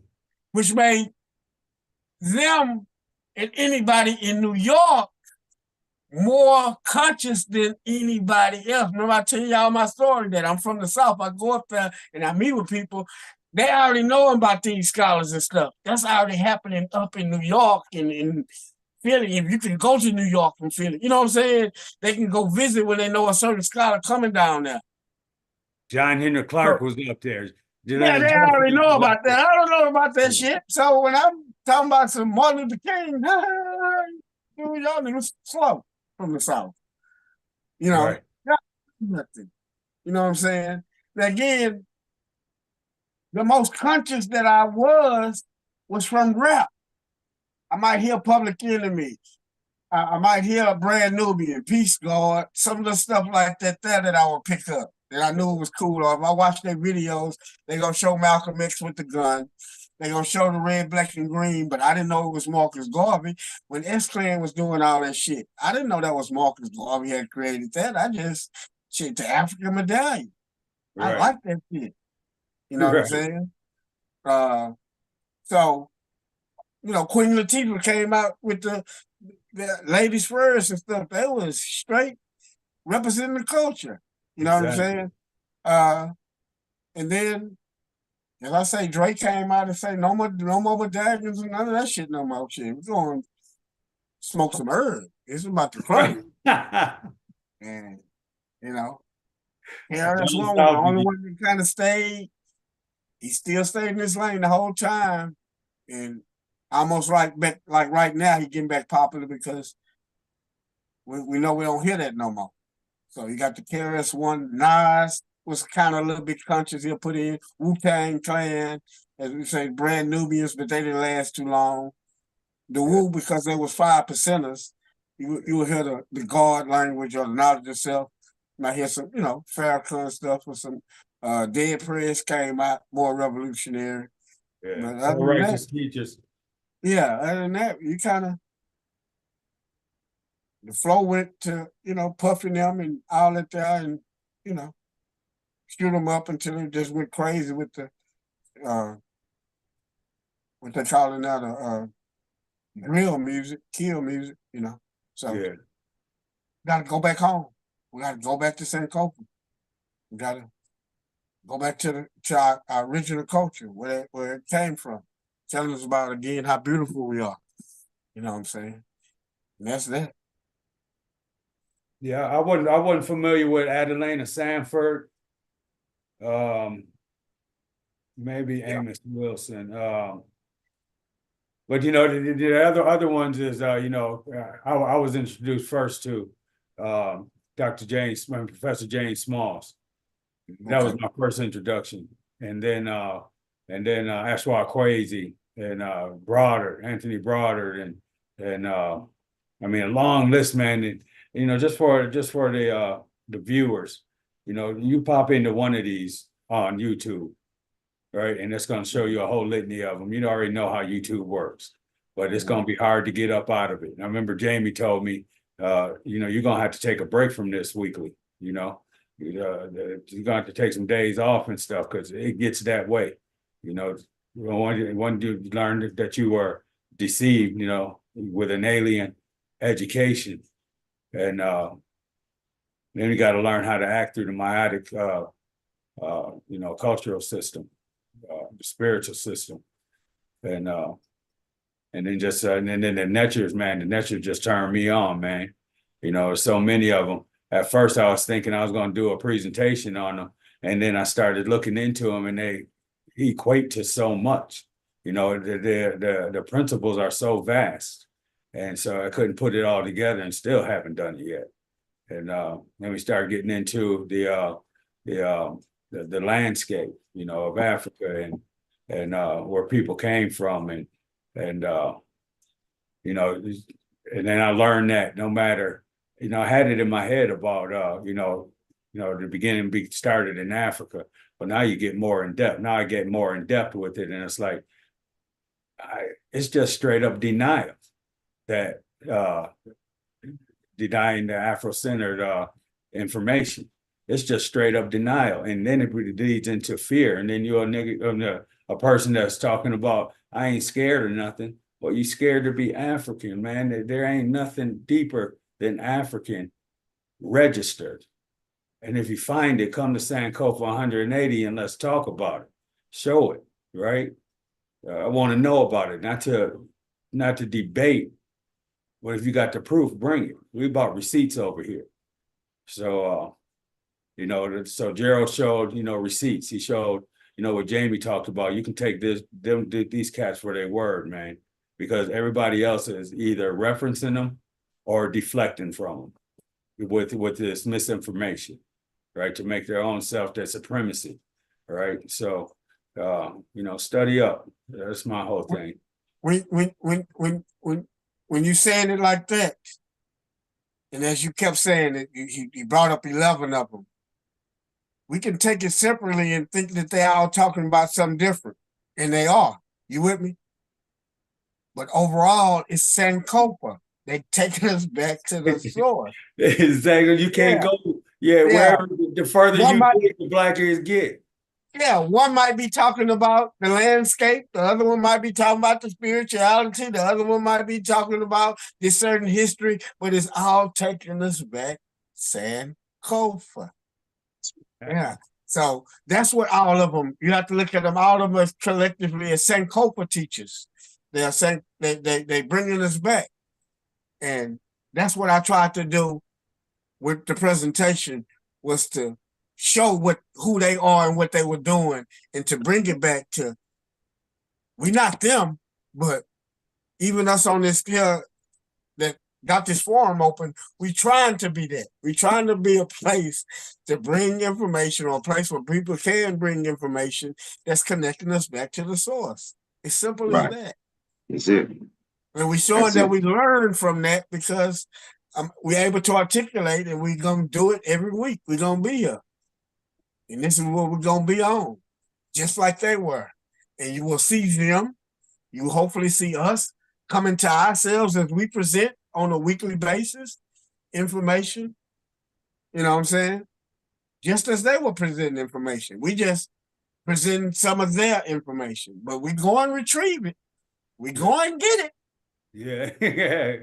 We go and get it. And then we start to talk about it at the level that we at. If we could go get them and bring them on here, they would be on here talking with us. Yeah. But we can't go retrieve that other information and other different things that other young people have put out, just like we saw those young ones. Ooh, Sankofa. You know what I'm saying? Yeah. Right. Yeah, that was very inspiring to me. When I saw it, I was like, damn, it's live here. This is all right.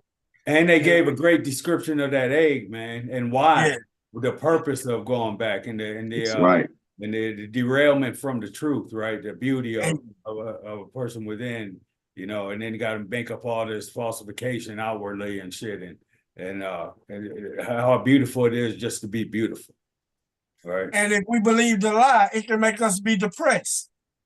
If we believe the lie, people laughing at us, and they laughing at a lie. But they can depress us.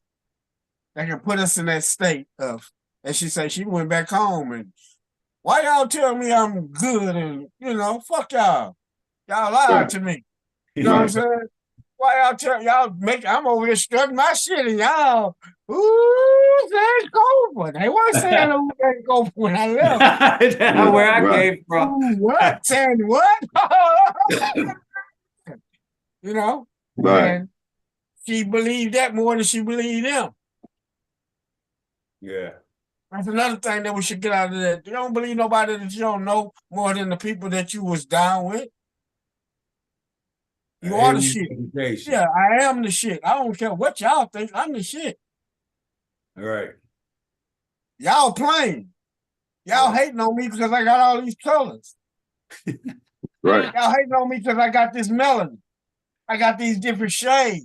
And it's beaming. Yeah, don't hate on that. This shit look good on me. Y'all, why y'all hating me because of that? Right. Because of my personality. Because of my smile. Because of my go get it. Because I got swag. Yeah. Yeah. Yeah, don't hate the swag. Don't hate the swag. Right. That's right, though. Don't kill me because of my swag, man. That's what the credit gave me. You hating that? That what y'all hating? Mm-hmm. And then I'm your daddy. I'm your mama and your daddy. How you gonna hate on that? What's going on? Right. So we can't put our heads down, and it's like I said, if we have put our head down, we got to put that egg back in our children's mouth. Let them know, no, you great. That's right, man. And that's what Sankofa is all about, man. I mean, this whole presentation is Sankofa. You know what I'm saying? We add the 180 for the simple fact is we start one way and then we're gonna go back. That's what we going that way right there. It ain't working, or let's go back. Let's go back, find out what happened, and then we come back forward. Bring it back forward. We bring it back forward, man. Yeah. And we're better fix. We're better fix everything that's broken, man. And we get people to really come in and see what we're talking about, man. Like, you know, you ain't gonna better miss it, man. You know, Sankofa, we're going back, and then we're gonna bring it back forward. What we found. We're gonna go back to fence, and we're gonna bring it back forward and show you what we found. Right. Teach one. And you can accept it or you can reject it. But if you reject it, make sure that with the same eye that you rejected it, you use it for whatever it is that you accept. That same exact eye. Use that same exact critique. Right? Yeah, do that, man. It's gonna be difficult. It's gonna be difficult because you got that act right in you. Once you start researching, you know, that sparks a fire. You know, and we challenge people every day. Everybody challenges somebody every day to do something from their frame of mind and what they should be and how they should act, right? So I like to challenge people to go back and study the type of shit we study, right? The key is, when we say we're going back to what we bringing back, is we're bringing back evidence. We're not bringing back claims. We can argue claims all day. We'll never.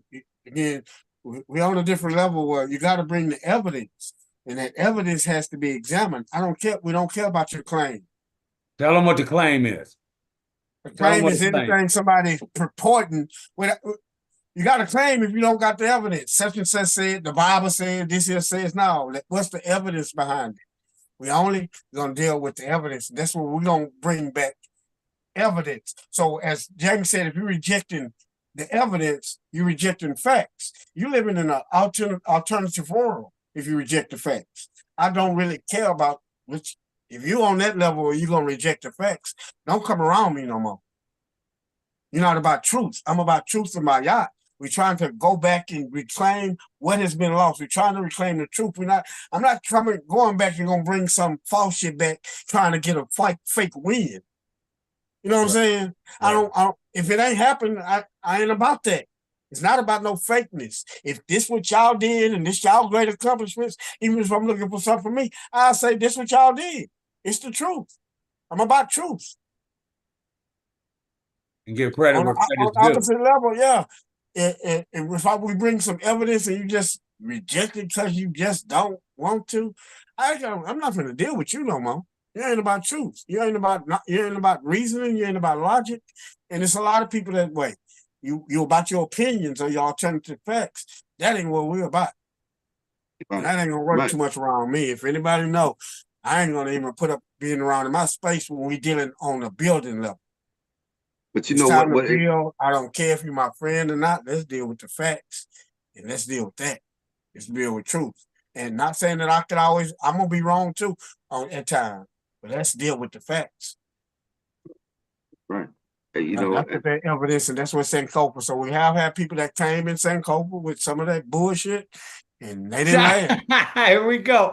They're not gonna never last around. And for anybody who listening, anybody who know me, I've been around for a while. And like I said, I don't really too much get into it. I sit back and watch. I understood as I watch my scholars and say it's gonna be a certain time when it's your time. So I sit back humbly and watch. But it's getting to a certain point where, you might say that shit, but it can't come in my space. And it's gonna get challenged. And then I'm gonna want to do it on an open forum like this here where truth can be seen. I'm not embarrassed if I'm wrong and be found out because I want to be correct.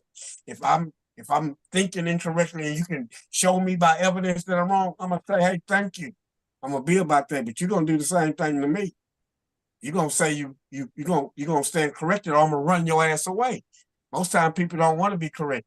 They want to bow down, they want to change the argument, they want to act like it's something else, they want to act like they ain't here. They want to Hey, but one thing that I like to do,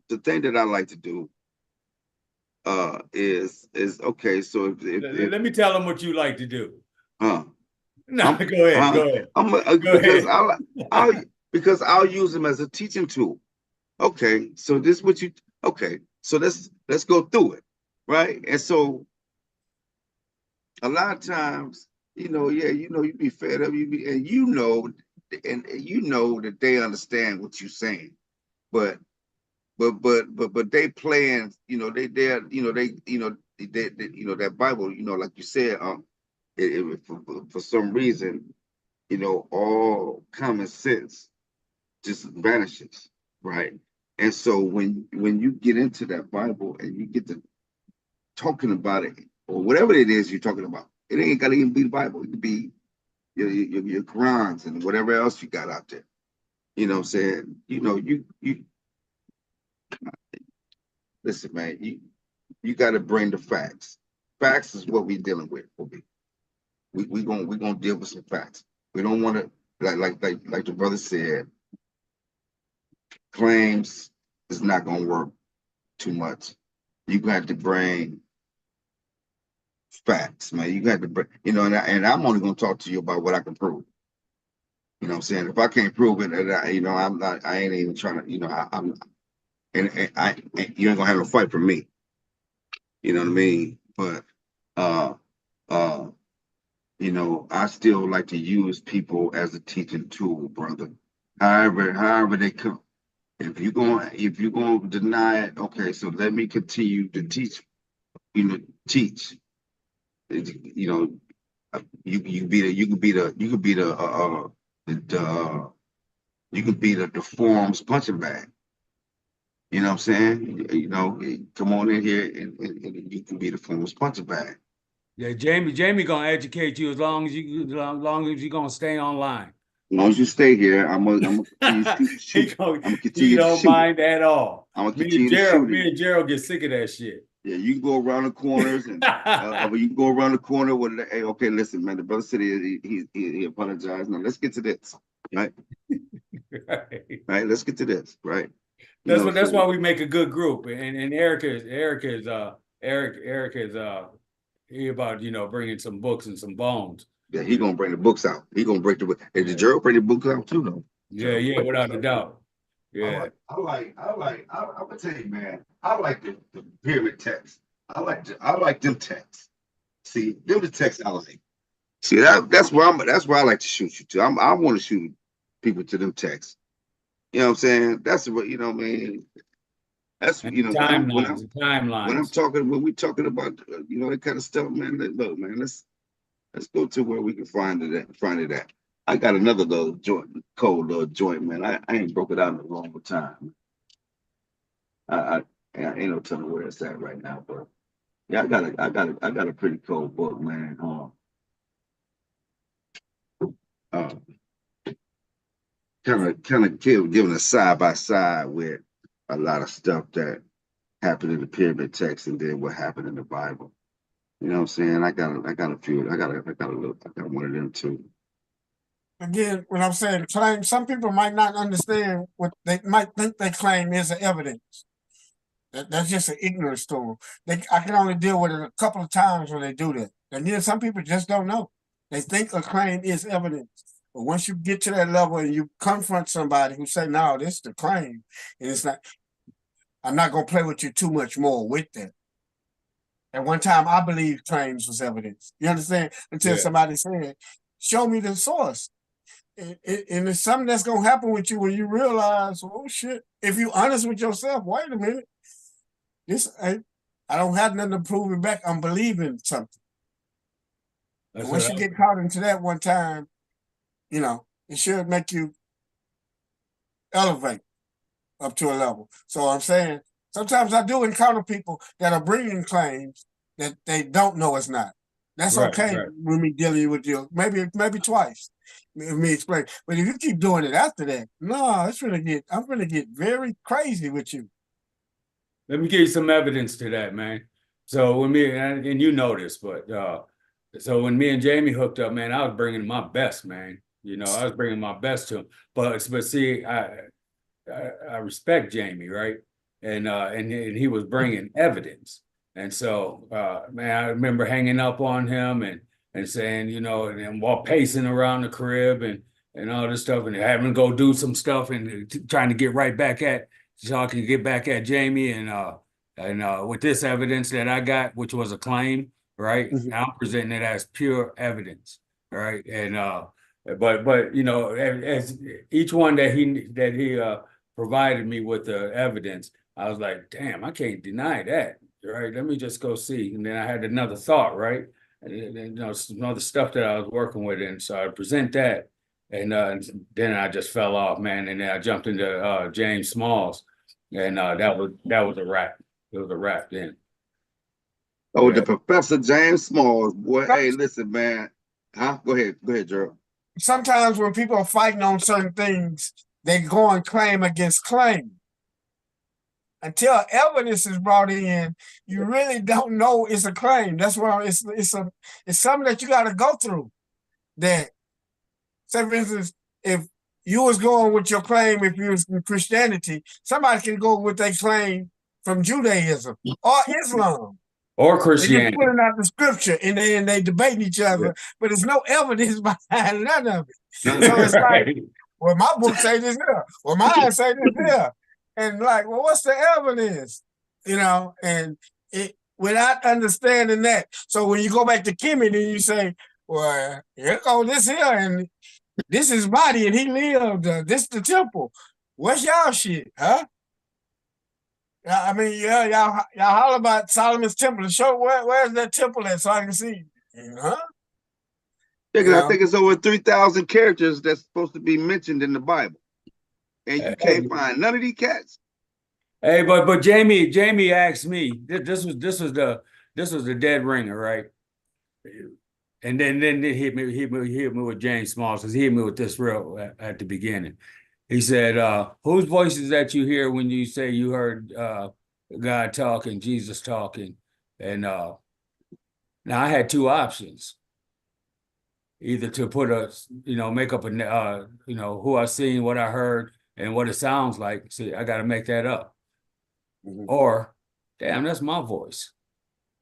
Right? That fucked me up. That was one of them hang-ups. I'll get back with you, bro. Yeah, how many times you do that to me, Jamie? Can't even count them. Because Jamie was just flowing with the facts, right? Yeah, just describe the voice, man. Describe that voice. So what would that voice sound like? Is it deep, real deep, like? Yeah, son, you know how I did in the, in the movie, so Lorenzo, yeah. Yeah, Or but was I it? couldn't Or even was go it? through that, Or man, was it? because I Or knew was it a right off the whisper? top. I had two options. Was he whispering? Did he whisper to you? Did he? I Yeah. mean, what did it sound like? I think I fell for the whisper one. I think I fell for the whisper one for a minute. I was trying to give him options. I was There it like, is. I was There it naming is. out It was options. whispering. There it is. It was whispering to me in a soft voice. What it sound like? Damn. So claims. Man, you know what I'm Good saying? Like, description, Gerald. did he speak the English or was it English? It had to be English. So I mean, did he have an accent? I mean, like what like what was it, man? Again, I'm just kind of playing with it now since I'm listening to it. I don't know if people say voices in their heads or thoughts in their head. No, come on, man. Straight up voice. I heard. I heard him And I say. know it, and I know what he sound like. Well, I mean, they get it. Yeah, I don't know if that's voices or And that. they crazy. That's a crazy person if they So heard voices. so I had two options to make some shit up or to say it was me that I hear. Yeah, because I just want to see what kind of shit you hear, because I ain't never heard these niggas. Well, I can accept that people have thoughts in their head, and then that's their own. If you want to try to act like it's a conversation, you're gonna play your own voice, I would say. But yeah, but Gerald, man, all common sense faculties is out the door, man. Yeah, but you can't trick your goddamn self, though. Now, goddamn it, you can trick a lot of people, but you can't. Listen, man, you know goddamn well that that's you talking to you. No, man, now, I did not know. I did not. Man, shit. And the majority is going I knew it was me. Stand on what I just told you. I know they it was know me. that voice. They know God's voice. Hey, you line up 10 motherfuckers, and I bet you ain't got money. You're gonna get at least 5 different descriptions of a voice. Yeah, but a description nevertheless.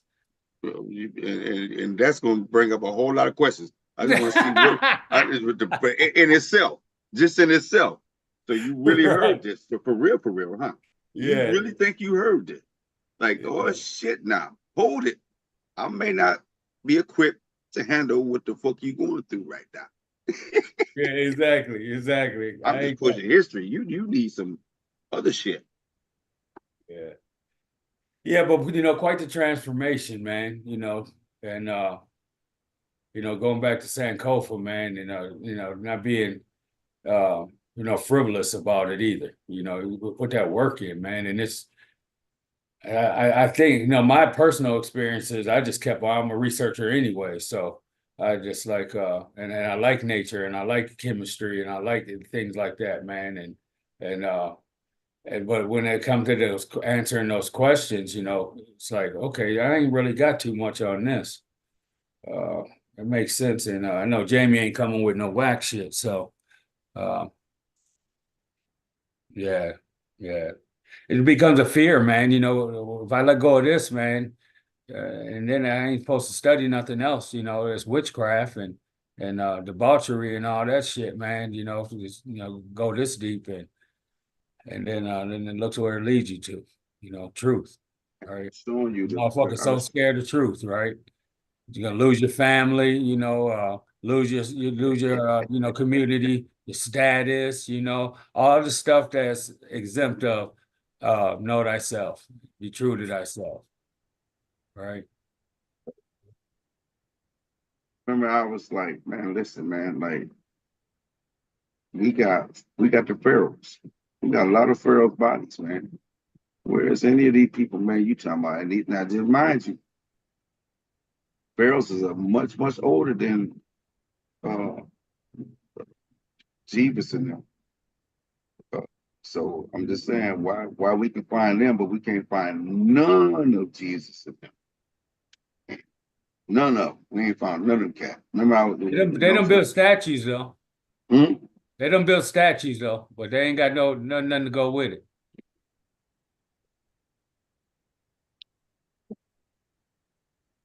Yeah, you're right, man. But yeah, man, a good presentation, Gerald. Love it, man. It was beautiful, and like I said, packed with information. Family, y'all gotta check it out, man. Y'all gotta check it out. Yeah. And don't forget, the first Sunday every month, we got the children's book read. Very important, man. Bring the kids, bring the grandkids, nieces, nephews, bring them all, man, and participate in this. You can win a free book, man. We giving out free books. All you gotta do is put your name in the chat. We're gonna spin the wheel, and whoever win, hey, you win the book, man. We're gonna mail it straight to your house, free of charge. Ain't gonna cost you nothing. Hey, look, you know what I'm saying? So, hey, what you want to say anything else? Huh? Yeah, just come back. We just ask that you come back and read that book, for the panel, for the next Sunday, first Sunday presentation. So you got a month to, read it, enjoy it, at least 2-3 weeks, and come back and do that thing. Gerald, thank you, man. That was well put together, man. You know what I like? You know what I like about having Gerald and Eric on is because, especially, I talk to Gerald more often because it's just waking him up out of his. He's so involved in, as I understand it, he was so involved in his revolutionary work, and you can expound on that a little bit if you want to. I'm just bringing my balance back. So yeah, you get to a point where your core is your spirituality, and I'm super confident in me having knowledge of self and my spirituality. It's just working on the other parts, to bring out the balance.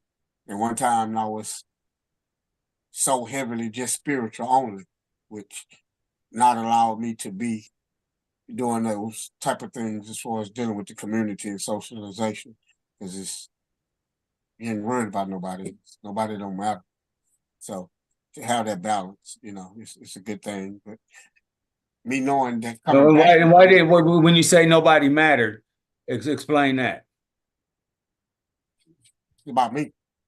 But my perspective is because we have all this discourse with once we start studying this stuff that we just don't have that type of interactive conversation with people, and if I'm not conversating, I done got to be the talk of the town or the big shot of the circle, but if I can't conversate with you, you're gonna cut off, right?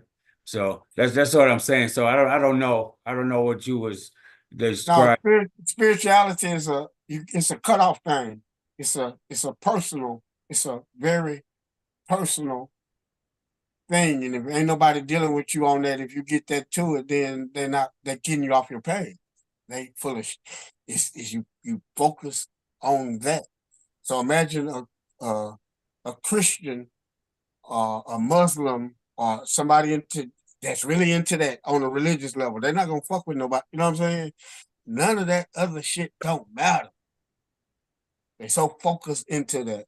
So that's when you get into the highest level. It's like people used to go off into the deserts to be by themselves, or go off into a cave. They did not want to mess with nobody else. Right. You go off by yourself to become one. Whether that's the same thing as you are doing your yoga or you're doing your going on the Indian quest. You just going being in solitude. That's something that you came in this world by alone and you're leaving by yourself. So you gotta be at some time comfortable with being by yourself and knowing that even if everybody died on this whole goddamn planet and you was the only one here, you can survive. You better figure out a goddamn way.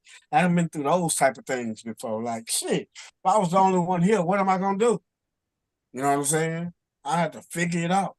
You know what I'm saying? So when you die, you're gonna be by yourself. That's a process that you're gonna be scared of going through by yourself. And you better have practice that, or it's gonna scare the shit out of you. You can finna be into hell, you can finna be in some trouble. So it's meditation and all those different type of things that put you into that by yourself, or to figure out who you are. And sometimes you think you need a teacher and stuff. Some of this shit you gotta go through by yourself. And not too many people want to do that. You know what I'm saying? That's your own journey. So when I'm saying it's still a balance of that because you can get into that, and that's really going. That's what they say. You're going up. You're going to heaven or whatever. And you got to come back down because you live on the earth. You do got to still deal with people. So I can be by myself and be don't deal with nothing, no tolerance, and I'm the shit because I'm by myself. But I go around you and I find out I do not like your ass, dude. That's I ain't learned that. You know what I'm saying? I'm supposed to be able to overlook that because that's to get me off my path. You know what I'm saying? But I didn't let you shut me down because I don't like something you do. It ain't supposed to be like that. You know what I'm saying? So it's I still get mad. I hate ignorance. And I understand that it's a part of me supposed to fight it, but I'm supposed to get emotional about it. At that time that I was talking to you about it. It's a way that you do it to where it don't affect you so much. So I'm a hype person, you know what I'm saying? But I only get hyped for a little while. I'm gonna cool back down. But in that moment, you don't know you're in a fight. Yeah. You don't know you're in a fight with me if you get me mad. Yeah, I cannot not show that when I'm into that mode. And I don't care who I'm in it with. It can be my mom, my daddy, whoever it is. I'm gonna get into that mode. Now when it's over, I'm out of it. I'm cool. But if you take me back into it, I don't care who it is. Grandmama, it's on. Shit. Right. Yeah. Yeah, that's some good stuff. That's some good. You know, what I like about, I love about Jamie is Jamie is just like he just even killed, man. He just about I ain't seen Jamie get rattled, right? And that's impressive, man. Like you said, he want to keep me and you can't take that. We got intolerance. Jamie, he ain't that way. Yeah, I'll be chill And long as step back. that's a special gift. That's a special gift. And he been like that ever since I known him. We had a gap in between, but ever since I known he been that way, and I think I was pretty much that way too. But then I started moving up, and shit changed a little bit. So, but then back to the matter. Sankofa. You know what I mean? Yeah, Go back and get what I so, had, man, and even go back super further than that. And have something really tangible to visible even. Like Asa Hilliard was saying, don't just tell them about it, show them what you expect, right? Show them what you want them to see, right? Be I an mean, example. You gotta be an example. that's an elementary teaching, but what are you teaching elementary? That's the question, right? And so if you're just teaching what we have and gonna stand on that, then I can't argue with that. But like Gerald is saying, I'm probably not gonna be in your mix, right? And go ahead and stand up with that. But me, I want to go back and find out why, right? And not only study the Black culture, these other cultures too. It's universal stuff, right? And so then they find out so much, man, and that settles down the soul too. And then if you can remain teachable, like a couple of weeks, I went off on the show, right? And then I got some instructions and stuff like that. The next week, I got to show and tell, man, because it's that important to me. one thing. You guys are that important to me. One thing, man. It just gives you a chance to get some information out. It gives you, when you find somebody that just keep resisting whatever, that's fine. You keep on resisting. That just gives me more time. People that can hear the difference, see the difference, and see the information the actual information that I'm putting out, and you'll better see it side by side. You'll better see what he's talking about, and then and what I'm talking about, and what I'm showing and what he's showing, and then I'm gonna beat up what he's showing any goddamn way. You know what I'm saying? Because he probably ain't reading what the fuck what he think he reading. When you put on that Ashwa crazy side by side, the Proverbs and the Ma'at stuff, and African Proverbs stuff, man, the other readings, You talking about I've been a mope in yeah, Proverbs? man. Yeah. That was top notch right there, man. I was like, how can anybody debate that, man? That's just, it's not even cognitive dissonance. It's not even it's worse than cognitive dissonance. And it's worse than ignorance isn't so bad, but denying that you're acting in ignorance and trying to hold up some shit that is from ignorance, that's irritating, for me and for you, so that's why I get itchy, and lack tolerance, when I don't want to hear all that bullshit in my ear, man, because it's fucking our family up. It's fucking our people up, right? It has done it for a long time. And now you're asking me to be patient and tolerant to have to continue that bullshit, right? No, they need to hear what we got, right? We invite you over. We want you over. You just heard, there's a great balance here, Jamie wants to hear about it so you can work it out, shit like that. And I'm like, let's get straight to the fucking point. And Gerald is like, I told you already, goddamn it. And we ain't gonna talk about it no more, right? He gets out of it. Shit, hey, I can't stop it. Because he got so much evidence, because you got so much evidence, like just real quick again, man, when we was talking in the beginning, it was like, I'm a factual guy. I consider myself a loyal guy, right? I consider myself, pretty intellectual, a bit educated, more than a bit educated, and on and on and on, all these positive, strong attributes. But I'm gonna argue with you about it, right? So you brought those points up. Bam, let me hang up again. All right. I can't debate that and win or respect my compadre. Right. I can't do that. Right. It don't fit. It just denounces all those qualifying attributes that I just listed. And I just listed a few. All right. So good stuff, guys, man. Big ups to you, man, because it take a lot to impress this cat, man. And you guys impress me all the time. It's fun. When you talking about these books, man, you gotta first distinguish: are we talking about mythology or are we talking about literal? Because we can't have it both ways, or you gotta let me know when it switches, right? Because this is what happens That's the problem right there, though. Yeah, it happens often in these books. So when you're speaking, okay, now, what? So then people tell you, well, it's a little bit of both in there. But then how the hell is you?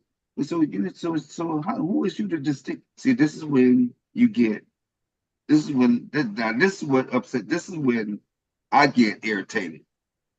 Let's get it. It's when you try to tell me what this God meant. You try to, so you can tell me what this dude, the writer of this, you can tell me what they meant, their intentions. You know their intentions. You know what they meant. Paraphrasing. That kills me, man. Now that right there, that right there irritates. That's it right there. That's that ticket. That's what gets me right there. That's the only thing that gets me is when somebody can think that they're so, like, you so special out of everybody on this planet that you can tell me what this God, Almighty God, the creator of the sun, moon, and stars, you can tell me what he meant. What? That's the one right there. Listen, man, like that's some really arrogant shit, man. That's just so arrogant, bro. That's like, damn, bro, like, how you know this for real? So what?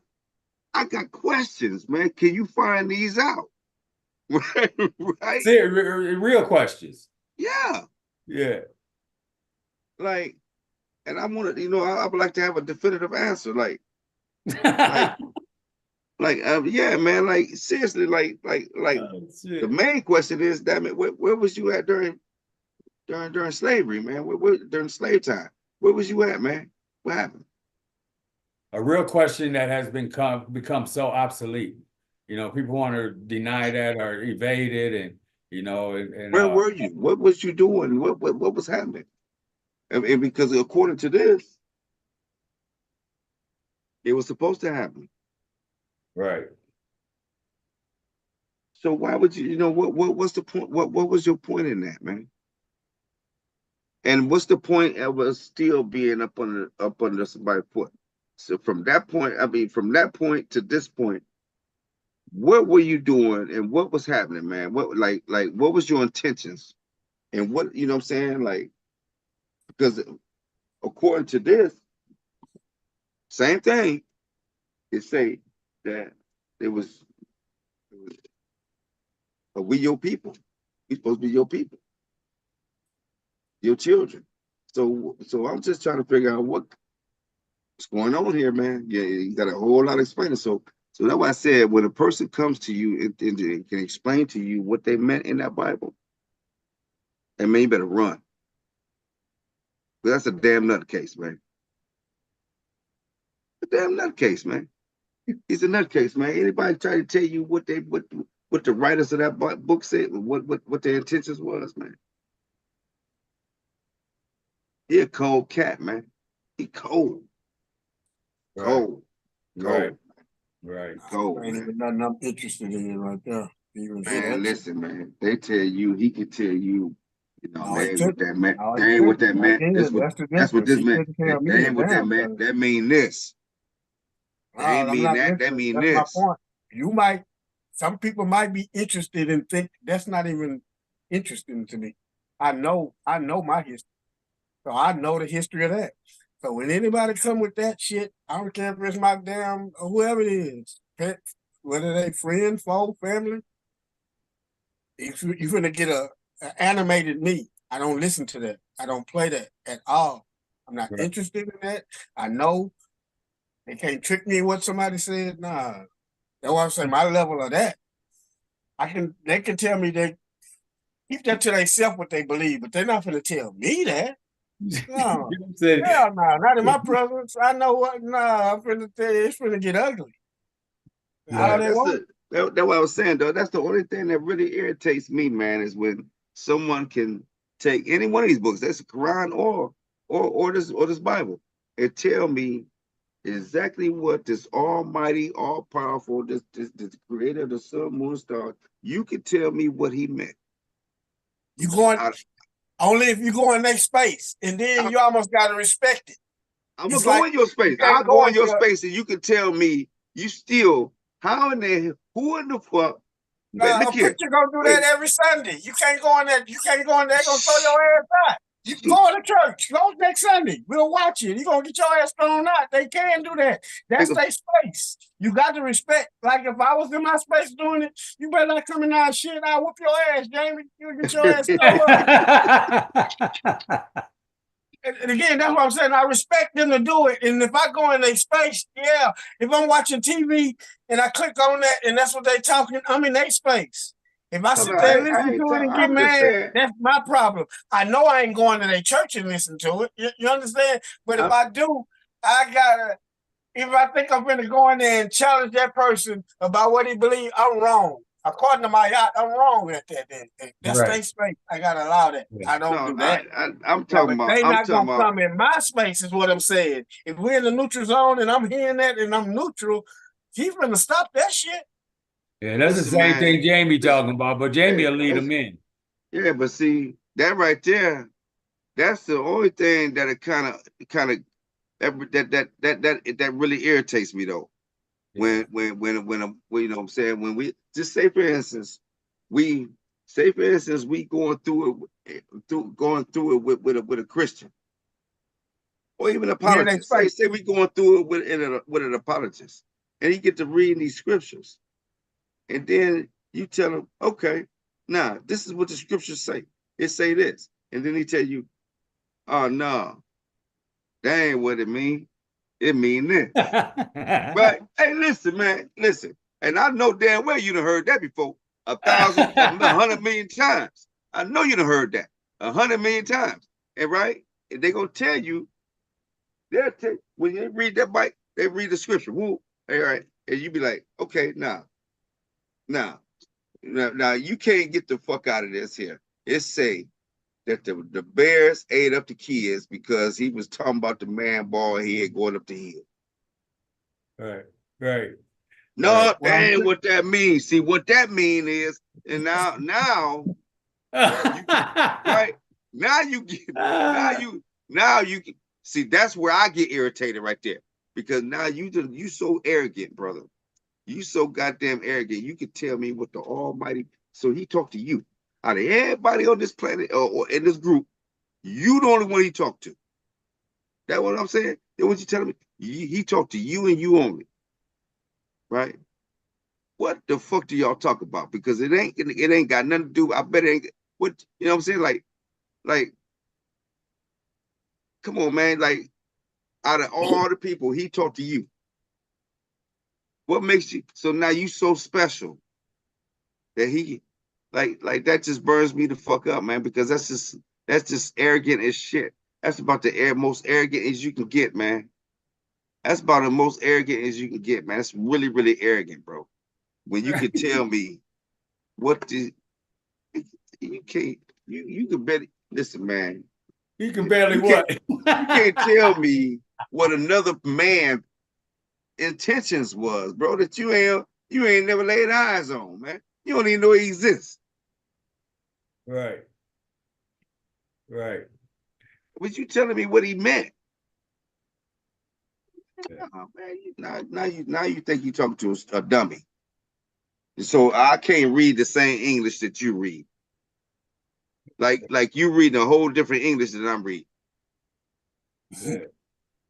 Yeah. Like what kind of English is so what is it that changed about the English that you read and that I read? What changed? And again, I don't get into them arguments because I know right there I'm wasting time if I'm dealing with somebody on that. It's a waste of my damn time. And that's a teacher. And it's gonna always be like that with them. No matter how smart they supposed to be, you're gonna encounter that with them. So once I learned that, I don't care about what Mary was doing or I don't care. It's not real. So if I know Adam wasn't real, I'm not gonna argue about over how old Methuselah was and when he did that. You know, I might laugh at it with some people are like mine, but I'm not arguing over it with people who believe it. They got a right to believe it. I know it ain't true, but hell, I don't even want to talk about it too much. Yeah, that's where it gets to. That's where it gets to is because you know they got a long dissertation about the shit, right? It ain't getting into knowledge. If it was getting into knowledge, that we was going into it, yeah, but it ain't about knowledge. It's about some Mickey Mouse. Fairy tale shit. Right. They're gonna believe what they want to believe according to whatever, because they don't want to get in trouble. So the logic and reasoning ain't there on what they dealing with. And I know that's gonna be encountered with them. I've had family members dealing with it. So I've already been through it enough to know that ain't really what I want to do. You know what I'm saying? Again, they might come challenge me and mess with me. They're going to only do that a couple of times because I'm going to put my foot in their ass. But yeah, they're going to know to go on, practice your thing over there. And I don't like too many people to mess with them. Y'all, that might sound crazy with me, but I'll let them have the right to have their beliefs. Y'all know if y'all heard. Yeah, of course. Yeah, they got a right to have their belief. Yeah. But I understand this belief, so we got niggas that believe all kind of other goofy shit. I don't mess with them either. You know what I'm saying? Yeah. I There really used to don't be a have to time where they were real hype, where they would mess with the Kemet stuff. It was a point to where Kemet people was called Hotep niggas. I was a part. I went through defending all that for Kemet. And even had to knock off some Kemet dudes who would put up misinformation about shit, dealing with Christianity and all that, trying to just make Kemet. And like, no, our shit is different, man. We don't talk, don't make our shit like that. Study I can tell y'all want to compare our shit to that, but y'all ain't studied our real shit. Our shit is on some way deeper level than this. Right. We don't talk like that. You know what I'm saying? Even the shit that they stole from us, they make it so goofy and misinterpreted. It ain't even on our level. So when, as you saying, comparing the pyramid text to the Bible, them shits is they don't mesh like that. We ain't even talking the same. The pyramid text is a total spiritual level. They ain't talking about no beginning was no Adam and Eve and such daddy and this, that, and other. It's like whoever that pyramid text is for, that motherfucker is saying that I'm shit. Whoever you let a root, don't y'all motherfuckers act like I ain't one of y'all. Right. I'm one of you. I'm the shit. I'm the shit. I'm everything. Each one of them, whether it's from the most famous one, from the Book of the Dead with Ani, so you're going back to the pyramid text with Pepe and all them now. You know what I'm saying? They be all of them to be saying they Haru, they one with the creator. I'm with Noon, there ain't no bowing down to Jesus and who going beat up nobody over here and taking nobody land. It ain't no shit like that in our spiritual text. Nowhere close. Yeah, it's so interesting, man. It's so much more interesting and factual. They spiritual text, what they call the Bible, is more of like some history thing, and you just believe in that God who put all these silly people through the shit, but none of them people from that Bible are talking on a spiritual level. Yeah. The pyramid text in the pyramid, these dudes is the actual people is talking on the spiritual level with their creator or with whoever they believed in. They're talking with it. Yeah, I'm one with you. I did what I did. Don't forsake me. Shit, this is how I need to do this here. Bam, bam, bam. They ain't talking about no. I mean, I guess Jesus would be and I guess that would be Paul that tried to have the most spiritual connection to what's going to happen. But rest of the Bible is more of a fake history of some people who fucking never lived. That we go around acting as if they are ancestors. That's why you say I'm connected to my history. I'm not connected to no motherfucking Ham from no Noah. The fuck is that? Ain't my history. Why would I act like I have a fake history connected to some Ham from Noah? Right. Yeah, that ain't never what we're gonna talk about. If that's what is in the Bible, and I gotta, and the Ham is the father, and but no, that ain't not. No. You can just watch one of our videos and see that ain't happening. Yeah, so it's a whole different thing, especially when we deal with history. Our history is not like the Bible shit. We ain't learning about no bullshit ass people. We learning about real kings and queens who moved up and down that motherfucking Nile and really did shit. Got tombs was created for them, statues was created for them, they graves, they children lived on. A glorious history of our ancestors. That motherfucker tried to come take and say it was them. These black ass, Cushite ass, black ass people, they saying they white. You lying ass bastards. Why would y'all do that? Yeah. Trying to steal a motherfucker's history. Say we ain't identity, had no history and identity, both. Yeah. Yeah, that's cold, man. That's cold. Yeah. But like I was saying, I really like Jamie's way. I learned from Jamie's demeanor and the way that he does stuff. That was my first introduction to actually learning, right? And applying myself. So, I ain't never gonna knock that, just from my own personal view and in my actions. I'm low, I lack tolerance and but I'm learning, learning to be, have more balance, so beautiful thing. You got people that do not know about comedic thought, King. There's people that don't have a clue about it. Right? And so if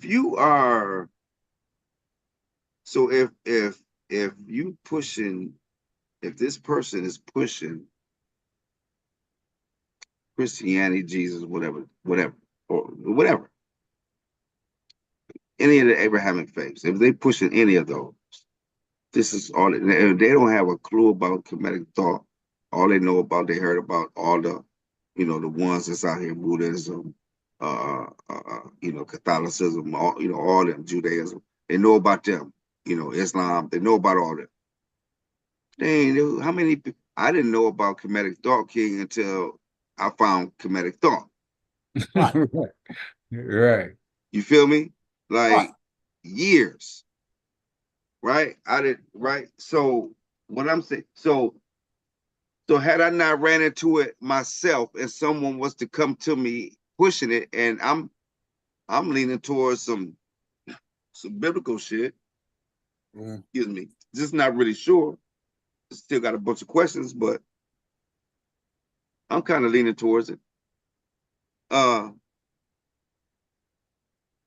Somebody come and talking about Kemetic Thought, and okay, so you know, you gonna me, I want to hear about it, but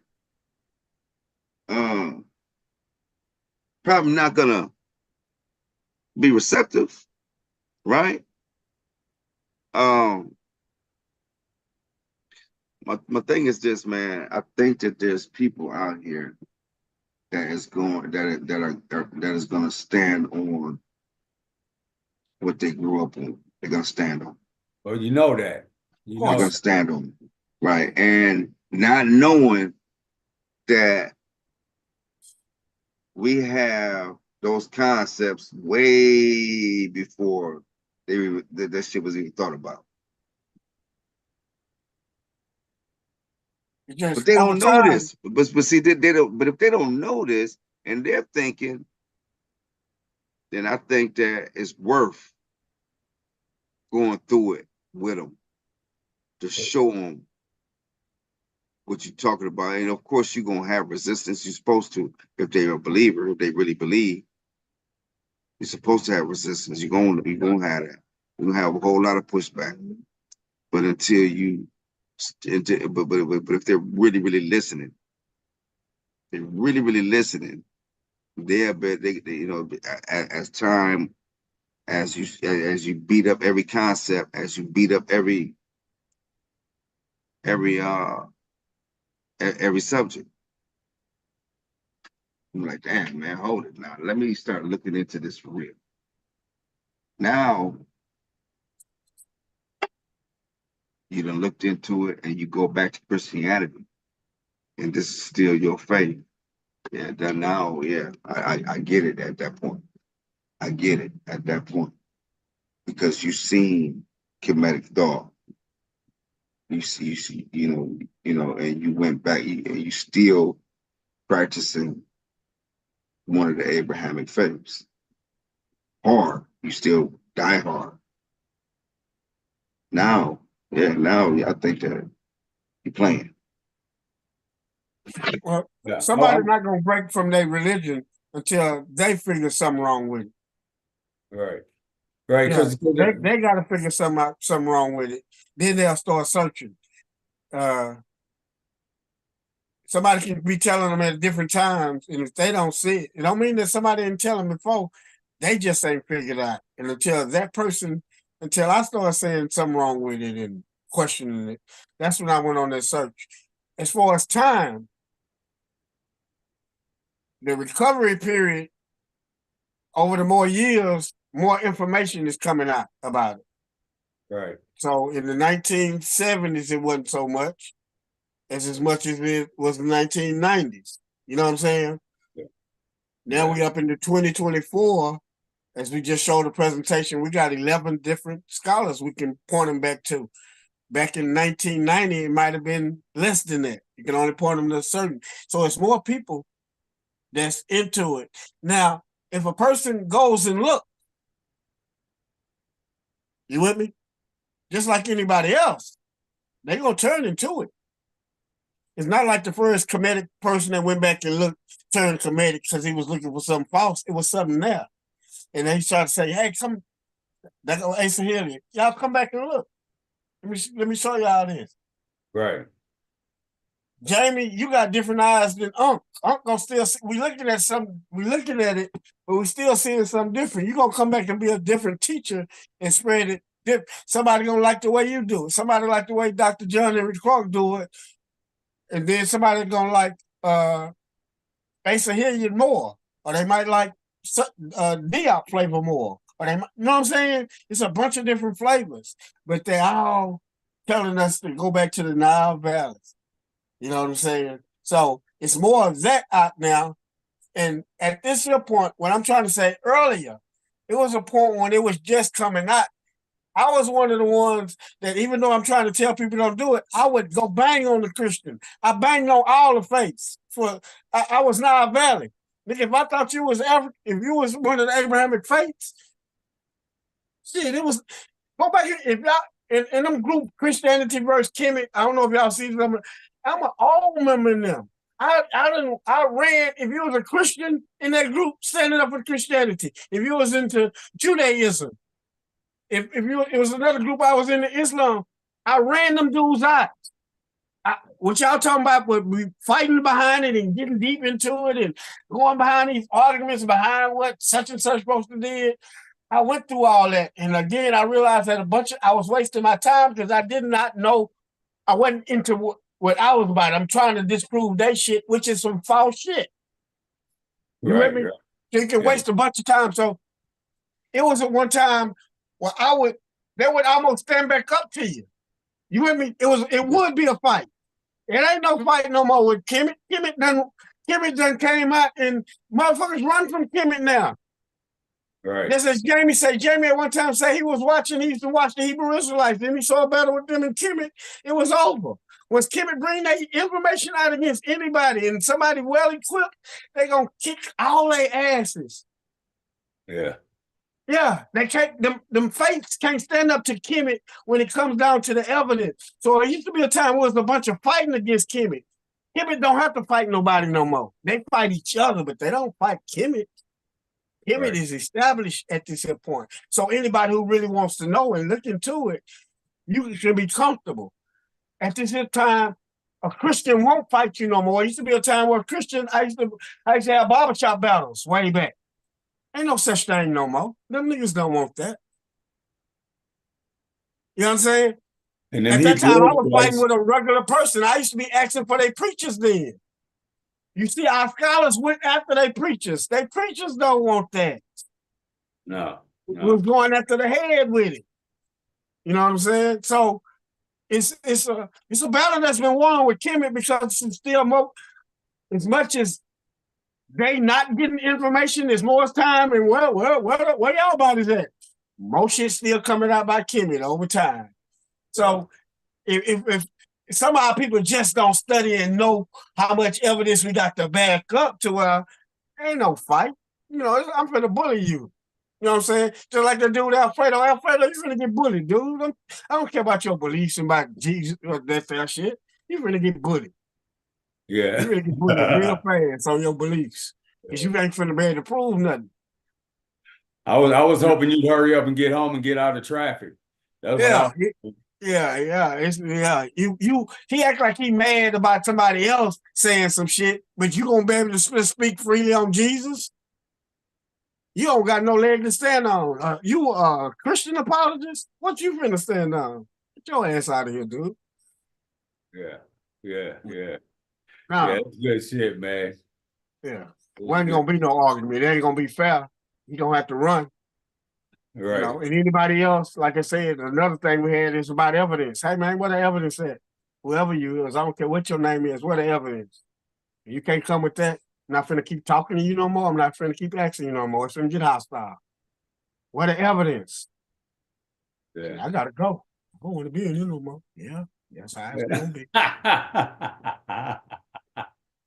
Yeah, we're gonna keep going over the same shit over and again, and you just keep promoting that. No, I don't play that shit. Yeah, because it's really this is a learning forum, you know. Right. Learning forum, man, and we done allowed ourselves to be beat up enough by what we can control, not getting beat up over, right? And the same with supporting what's not supportive for the whole, right? It's supportive for that group of people, but not as a whole, right? And so they can't even get along. So Hey, that's a good presentation, man. I'm ice out. Well, great job, Gerald. already, man. Jamie, you want to do next week, or you? Huh? You got next week? You can do it. All right, I'll just show a video. I'll just pick a video and show. I don't know if y'all want to see that that one. I'm really interested in that one about that potential war, man. For some reason, man, it just got me. So okay. Y'all let me know if you watch it. If you don't watch it, don't watch it. I'll just play it next week. All right, man. Well, Listen, who man. knows, man? There's a whole lot of video. There's a whole lot of reading and information and watching and shit that can switch that lane real quick. So, don't hold it for the show. Hey, man, we're gonna sign out, man.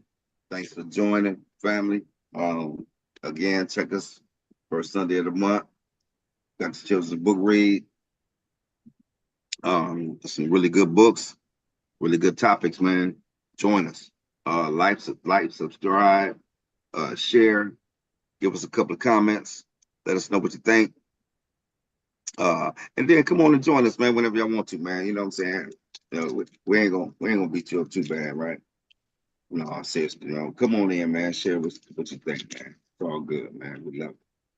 Man, I would really like to have one of them people from over in Africa. I wish Kyoko was still alive, man. So if I do play that video, man, he have a ton of insight on it. So see, we'll see. Yeah. All right, man. Hey. Big ups to you, James. Big ups to you, Gerald. Big ups to Auntie.